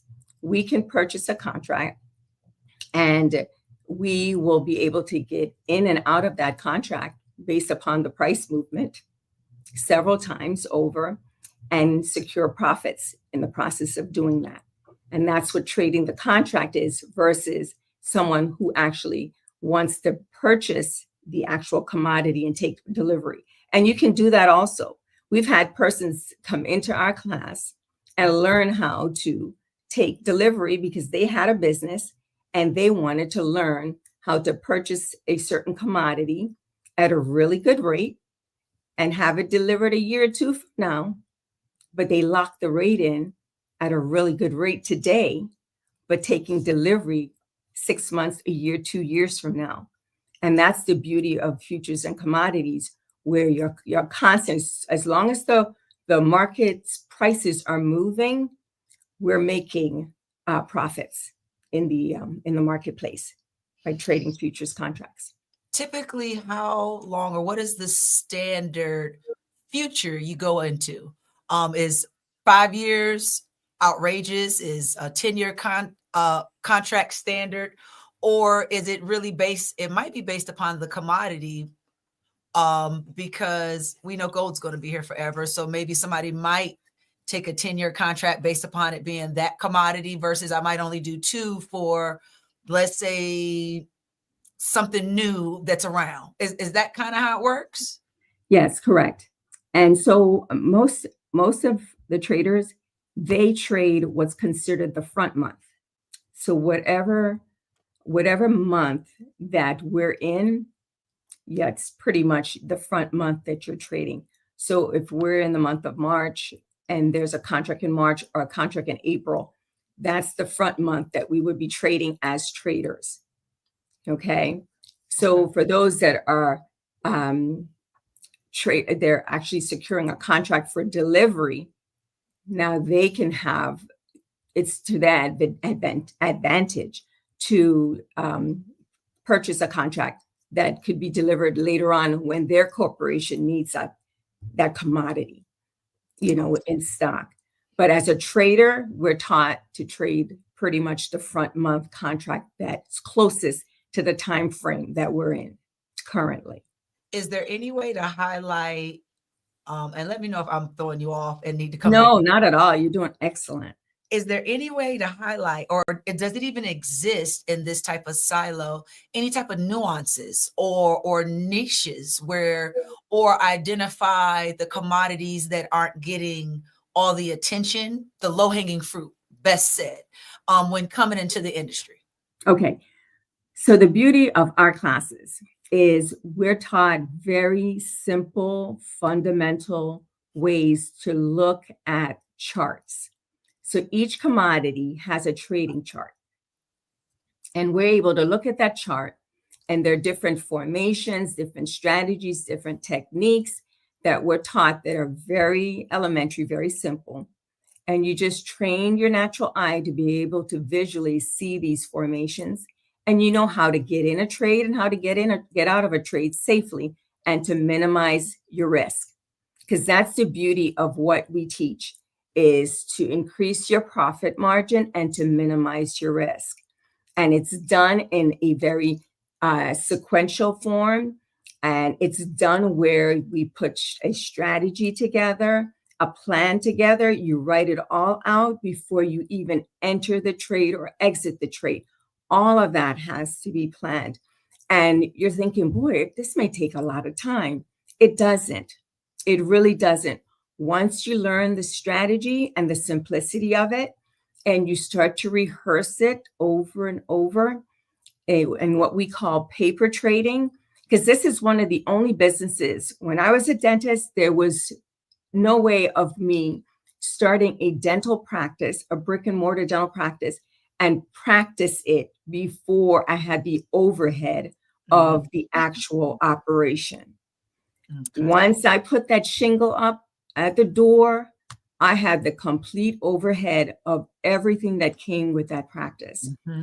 In this form of business, trading futures and commodities, one of the phenomenal things that I learned was I did not have to have that type of overhead to begin this business. We do what's called paper trading or demo trading. And that's simply looking at the charts, and you can get on an actual broker's platform and do it in demo form, which is really like monopoly money that you're using. But at the end of the day, you're able to perfect your skill set before you put live money in the market. And you're able to get to the point where you're confident when you start to trade, because you've done it so many times and you've gained profits. Correct. You've gained, profits over a season of time. You've learned your weak spots and how to increase those areas to strengths while you're demo trading and paper trading. It's a beautiful concept of starting a business where you can practice that business before you actually put live money into that business and cause it to, to flow and bring actual profits. I consider myself pretty savvy. I can consider myself pretty in the know. You yourself even said it was a friend of a friend told you about it. It was kind of a hush, hush, whisper. Why isn't this being like screamed from the rooftops? why, I mean, day trading is a hot topic right now, and everybody kind of really got into the stock market, the everyday person during the pandemic. Why is this not being highlighted as much, especially if it's such a safe, controlled, you even said at one point, the learning structures are simplistic and easy to use, which are a lot of the barriers and the roadblocks for a lot of us coming into these industries. Are there any barriers to entering this market? I mean, it sounds too good to be true. It sounds too sweet. I thought the same thing. And that's why my friend Barbara Warren and I, what we set out to do, because we said the same thing. This makes no sense that this is such a well-kept secret, this market. Right. It makes no sense. Everybody raves about the stock market. They rave about Forex, but the futures and commodities trading market, it seems, I agree with you. It seems to be a very well-kept secret over the years. And so what we did was we cataloged all of the learning experiences that we've had with our mentor for the last 2.5 years. Okay. And we wrote a manual. Okay. And so we put it in writing for generations to come, the generation that exists now and the ones to come, as a legacy for him, because he's been trading for over 30 years and teaching others, but we have not put it in a paper form, manual form. And I'm so, pop in. Hold on. I don't cut off usually. I just moderated with a lady that has authored over 20,000 books, and she has perfected turning the materials into ebook and tradable content. I don't know if you've gone there yet, but on the back end, I would love to connect you with her. excellent. Okay, Excellent. It would be go. wonderful. Okay, go ahead. So you said you took his legacy, you put it in a book, we've got it Correct. tangible. What are we doing with it? So now the book is going to be released on the 8th of April. Okay. Yes. Where can we find it? Pretty much any of the brick and mortar bookstores or the digital bookstores around the world, you can access it. What is it called? It's called Futures and Commodities 101. And you can also access us at futuresandcommodities101.com. Okay. Mm-hmm. And we also have a wonderful retreat, travel and trade retreat experience that's coming up in the month of April in Phoenix, Arizona. And for all those that are interested in actually physically coming out to a class, it's a weekend class from Thursday the 24th to the Saturday the 26th in Phoenix, Arizona. And all that information is on our website, futuresandcommodities101.com. Just click the events tab and it'll take you right into the travel and trade retreat where you can register and come on out and learn with us in a classroom setting where you can ask all your questions. And one of the beautiful things also, when I got connected to this educational platform, it was through a Sunday evening class at 7 p.m. Eastern Standard Time that still exists and will continue to exist. Okay. And that class is at no cost. Okay. And so you're able to connect with us through the website. We'll send you the Telegram chat link to join us, and you'll have all the access of information that you need to start learning this process with us online on a Zoom call once a week. We have our calls on Sunday evenings at 7 p.m. Eastern Standard Time. And that's how I started with these classes on Sunday evenings. And I just got intrigued and glued and have not unglued myself since. And I don't think I ever will, because once you acquire the skill set, it's not something where you're sitting in front of a computer screen all day long trading. Because a lot of people, that's one of the things, the myths we have to debunk in trading, especially with futures and commodities. With Forex, I did a lot of that when I traded that for a season, and it wasn't profitable for me. I did it all through the pandemic. I learned, and it wasn't a market that kept my interest. And I think what I like the best about futures and commodities is if the price of coffee is going up, I can see it before anyone else because I'm looking at the live charts. By the time you hear about it on the news, it's too late. So I know when and that's the beauty of all the commodities. Once you actually learn to look at the charts and see price movement, you know when it's time to go and buy sugar, when it's going to be on sale. Question. Now, I just had an opinion. Do you remember the movie Trading Places with Eddie Murphy? Yes. Is that commodity, the orange juice? That's why they were trying to get so they could understand what to trade. Yes. On the real floor, they got the material first.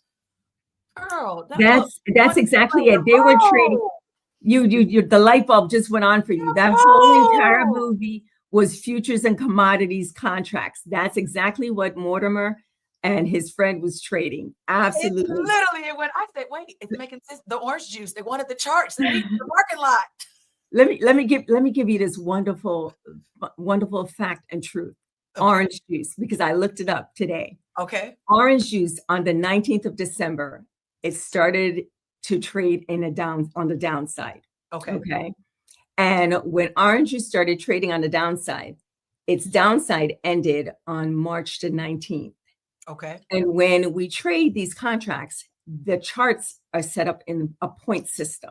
Okay. And so orange juice fell 272 points. Okay. So anyone that was in that trade, the point value for orange juice is $150 a point. You do the simple math. $150 times 272 points. That's $40,800. So between the 19th of December and the 19th of March, orange juice profited someone somewhere on planet Earth $40,800 while that person was awake and sleeping, watching the market fall for orange juice. Well, you segued into my next question because it's going to be twofold. One, if I start right now, because we know there's all different type of individuals. I know nothing about this. I'm a hungry go-getter. I've got all the time in the world. Or someone like ourselves, we already have a thriving business, but we're trying to figure out how to make money in our sleep. How long, and of course, it's always about what you put into something. Absolutely. If we put in all the same energy, how long does it take for me to get from getting it, learning it, demoing it, to cashing out a little bit? And then on the grand spectrum, you gave me an idea of what I can make in 500 just based upon orange juice. Is this a big profiting business? Am I looking for steady income? Can I saw with some of these things, people go to sleep and wake up millionaires. Is it that type of environment as well? Or is it more, it's more stable and that's what makes it more consistent and predictable?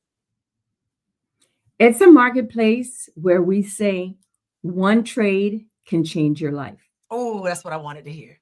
That's what I wanted. Okay. And it's also a marketplace where your consistency with keeping an eye on the marketplace brings great rewards.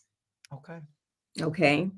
And so for the short of it, our mentor, when he started, it took him a couple of weeks to know that this was for him. And he jumped right into the live market and has been profiting ever since. Okay. And he just locked everything out of his life, steadily, studied the simple methods that we teach in our classes and honed in his skill set and started to become profitable. Okay.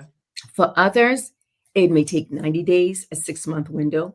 Okay. It depends on how much, like you said, they apply themselves and how much of a go-getter that they are, and how much consistency that they have. And one of the things we have in our classes is we have rules for our trading skill set that we're taught. And one of the rules in our trading skill sets is controlling our emotions and not risking more than a certain percentage of your account level, not to be a thrill seeker. So those are the things. So we're just not teaching the fundamental of how to trade, but we're also teaching a mindset shift and a mindset positioning as a profitable trader. That temperament. Correct.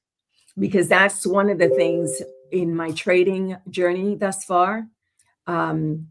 one of my challenges, because I think I'm a very demonstrative type of personality. There's nothing subdued about me. So of course, I would love to, trade with my emotions and just seek the thrill of absolutely not. Absolutely not. That's one of the things our mentor will continue to call us on the carpet about. Absolutely. And he pulls it in. And as women, we sometimes need that. Can we get that? We have that intuition, and I don't mean no harm is usually right, but it's to make business decisions. It's good to listen to it, but you gotta use your mind. I agree with that 100%. So I have $100. I have $50. I got $100,000. Where's my line to start? Where can I get in? Can I get in with 20? How do we get in? Okay. So futures contracts, you have what's called a margin and maintenance, which is the same thing as what you would deposit to get into a trade, and then the amount that you have to maintain in your account in order to continue in the trade. And so some of the futures contracts are under $200 to get in, and some of them can range as high as $10,000 or more to get in. So it just depends on where your appetite is and where your budget is to get started. As far as the platforms, the brokerage platforms that we trade on, some of them to start a demo account, you need no funds to start a demo account. And others, you may need a $5,000 deposit or $200 deposit to secure a demo account. And to be able to start live trading on that platform when you're ready. So it depends on where you are financially. It could be very little, or it could be a significant investment to start. But you have to know where your risk appetite is. Okay. And that's where you start and you build from there.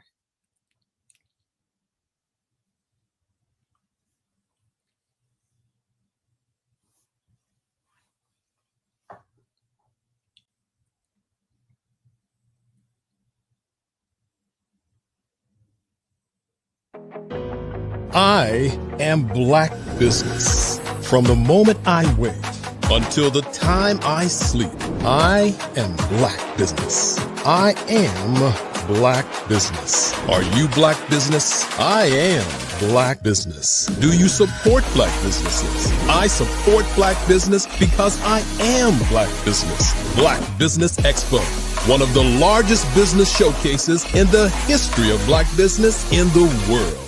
Sign up today at www.blackbusinessexpousa.com or call 919-308-9090. I am Black Business.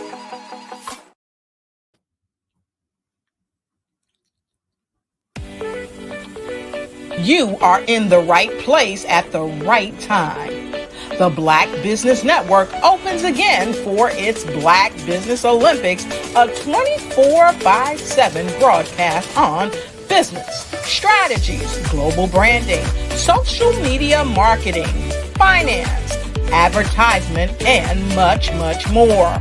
Featuring the top, most powerful entrepreneurs and speakers and thought leaders from all around the world as they gather together for this phenomenal event. Join the Black Business Network streaming live into the metaverse, STEM City, USA, Black Multiverse, Pod TV, Roku. So apologize. Of course, on my shift. Welcome back. The last thing I heard, you were telling us about the amount of money it depends upon how much risk you want to take, how invested you want to be, anywhere from 200 to 10,000. It just depends on where your level of comfort is within that investment. Is that kind of where you left us off? Yes, that's exactly where we left off. I am so engaged. I guess my final question would be, as we all know as entrepreneurs, and even though you have a great model, it's set up to where the least amount of loss, or loss can be anticipated and minimized. There's still going to be loss though. What would you say was your biggest loss, which is really a learning moment? And what would you give to someone starting out? I guess from the perspective of when you first start putting your money in, what was the biggest learning lesson you receive in a loss? And what would you share so that someone else doesn't have to make that same mistake? Yes. One of the things that I did, and which is not taught by our mentor, is when you're in the middle of a trade, and this is one of the things that I learned gravely, you can get, although you're taught to control your emotions, it's a process. Okay. It's not something that just happens because you say control your emotions. Okay. And so when you see that the trade is turning in the opposite direction of from your profitability and going in the direction of loss, one of the things we can do is we can adjust the amount of risk and increase our risk in the middle of the trade. Although you set it up, you put the whole plan together, you've set the whole thing up, it looks beautiful, you enter it, but your emotions get involved and you adjust the risk and increase your risk. And the market keeps going and going, and you're like, and so I learned when I put my plan together and I know what my risk appetite is for that plan, to stick to the plan so that I can increase my profits and minimize my risk. And I will always live to trade another day. They're always okay. I'm going to sign up. You're going to be sick of me. I'm tell you that right now. You had me at the pattern recognition. I'm really good at that. And remembering data. So I'm interested. What resource or book, if I want to start, because I'm going to get yours on the 8th of April. Oh, well, that's going to be my resource. That is it. My Futures and Commodities 101. It's going to come out April 8th. You said it's on all platforms. Start there. Go to your website. You'll connect us with the program for the free Sundays. For those of us that don't have a lot of time, that's the perfect place to start. It's 1 hour. Mm-hmm. Pair your book with this class. And then we'll be ushered into, if you choose, a demoed broker experience where then we can start actually practicing and using the skills that we're preparing. Absolutely. I challenge myself to at least be doing something by the end of the summer. So absolutely. I'm excited. I thank you. Oh man, this Black Business. It's so much fun. It really is, Anita. It is so much fun. And I think that's why I'm still so much a part of it, because it is fun. It really is. And just the beauty of it is you keep your hand on the pulse of the marketplace around the world, not just in America, because these commodities are coming from all countries around the world. And you know, every day you wake up and look at the marketplace on these charts, what's going on everywhere. Knowledge is power and empowering. And I'm sure your knowledge trickles into everyday conversations. Yes, it makes you such a great person to probably just speak. We're probably the life of a party. I promise you the life of a party. Well, I want to thank you so much for just hanging in there with me, because I went left and started just asking, just from as my brain unlocked this concept, the things that I feel like everybody would want to know. I want to thank you for sharing your expertise on the show.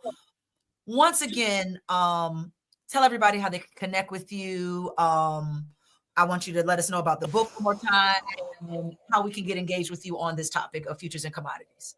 Absolutely. You can get in contact with us through our website, futuresandcommodities101.com. And also our Facebook page, it's the same, Futures and Commodities 101. And we will send you our Telegram link once you connect with us. And once you get on the website, click the events page so you can see what's going on in Phoenix, Arizona from April 24th to the 26th. And you can get involved as much as you'd like to get involved with our educational platform, because we welcome everyone. The educational platform and our book. Our book is the Futures and Commodities 101. and it's coming out in all of the bookstores, both digitally and brick and mortar bookstores. It'll be available as well as in the form of an ebook. Awesome. Okay, well, I want to thank you so much for connecting with me today. And we want to always say genius is common, and we'll see you on the other side. Thank you so much, Dr. Henderson. Thank you for having us. Thank you, Dr. Kelly, as well.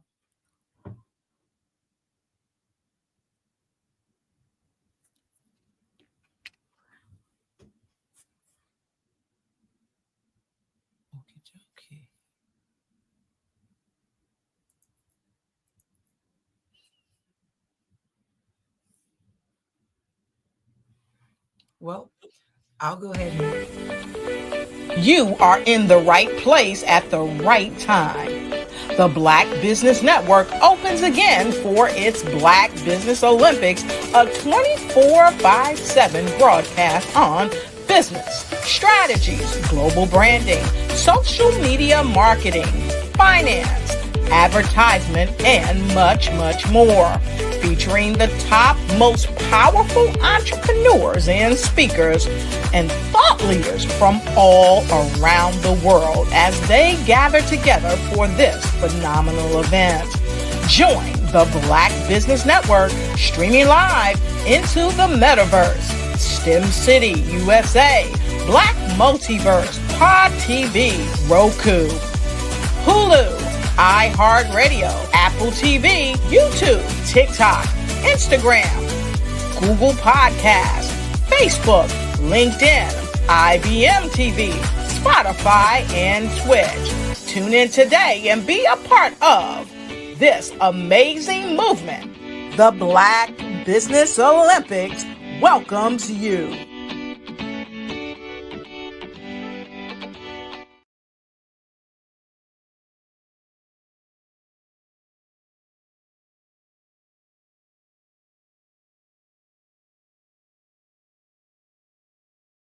Hello, I am Dr. Eric Kelly III, the visionary strategist and founder of the Black Business Olympics.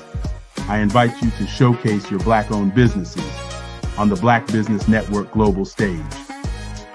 The Black Business Olympics is a global Black Business Network platform that propels Black-owned businesses into the international spotlight. By showcasing your business on the Black Business Olympics platform, you can reach a worldwide audience of potential customers, partners, and investors. You can also establish yourself as a thought leader, an expert in your field, attract lucrative partnerships, and more speaking engagements. In addition, the Black Business Olympics platform provides a valuable opportunity to connect and collaborate with like-minded entrepreneurs and business professionals from around the world. This can lead to new business opportunities, ideas, and relationships. Finally, by sharing your story and expertise on the Black Business Olympics platform, you can inspire and empower others.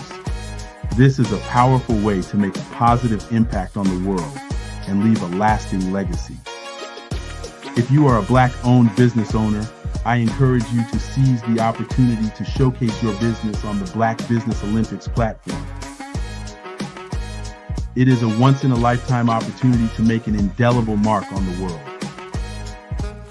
Be one of the 1,000 visionary entrepreneurs who are changing students' lives, shaping industries, and leaving an unforgettable legacy for their families. Unleash your voice on our global stage and watch your business thrive. Black Business Olympics is one of the largest Black business showcases in the history of Black business in the world. Yes, the entire world. Just give me a call today at 919-308-9090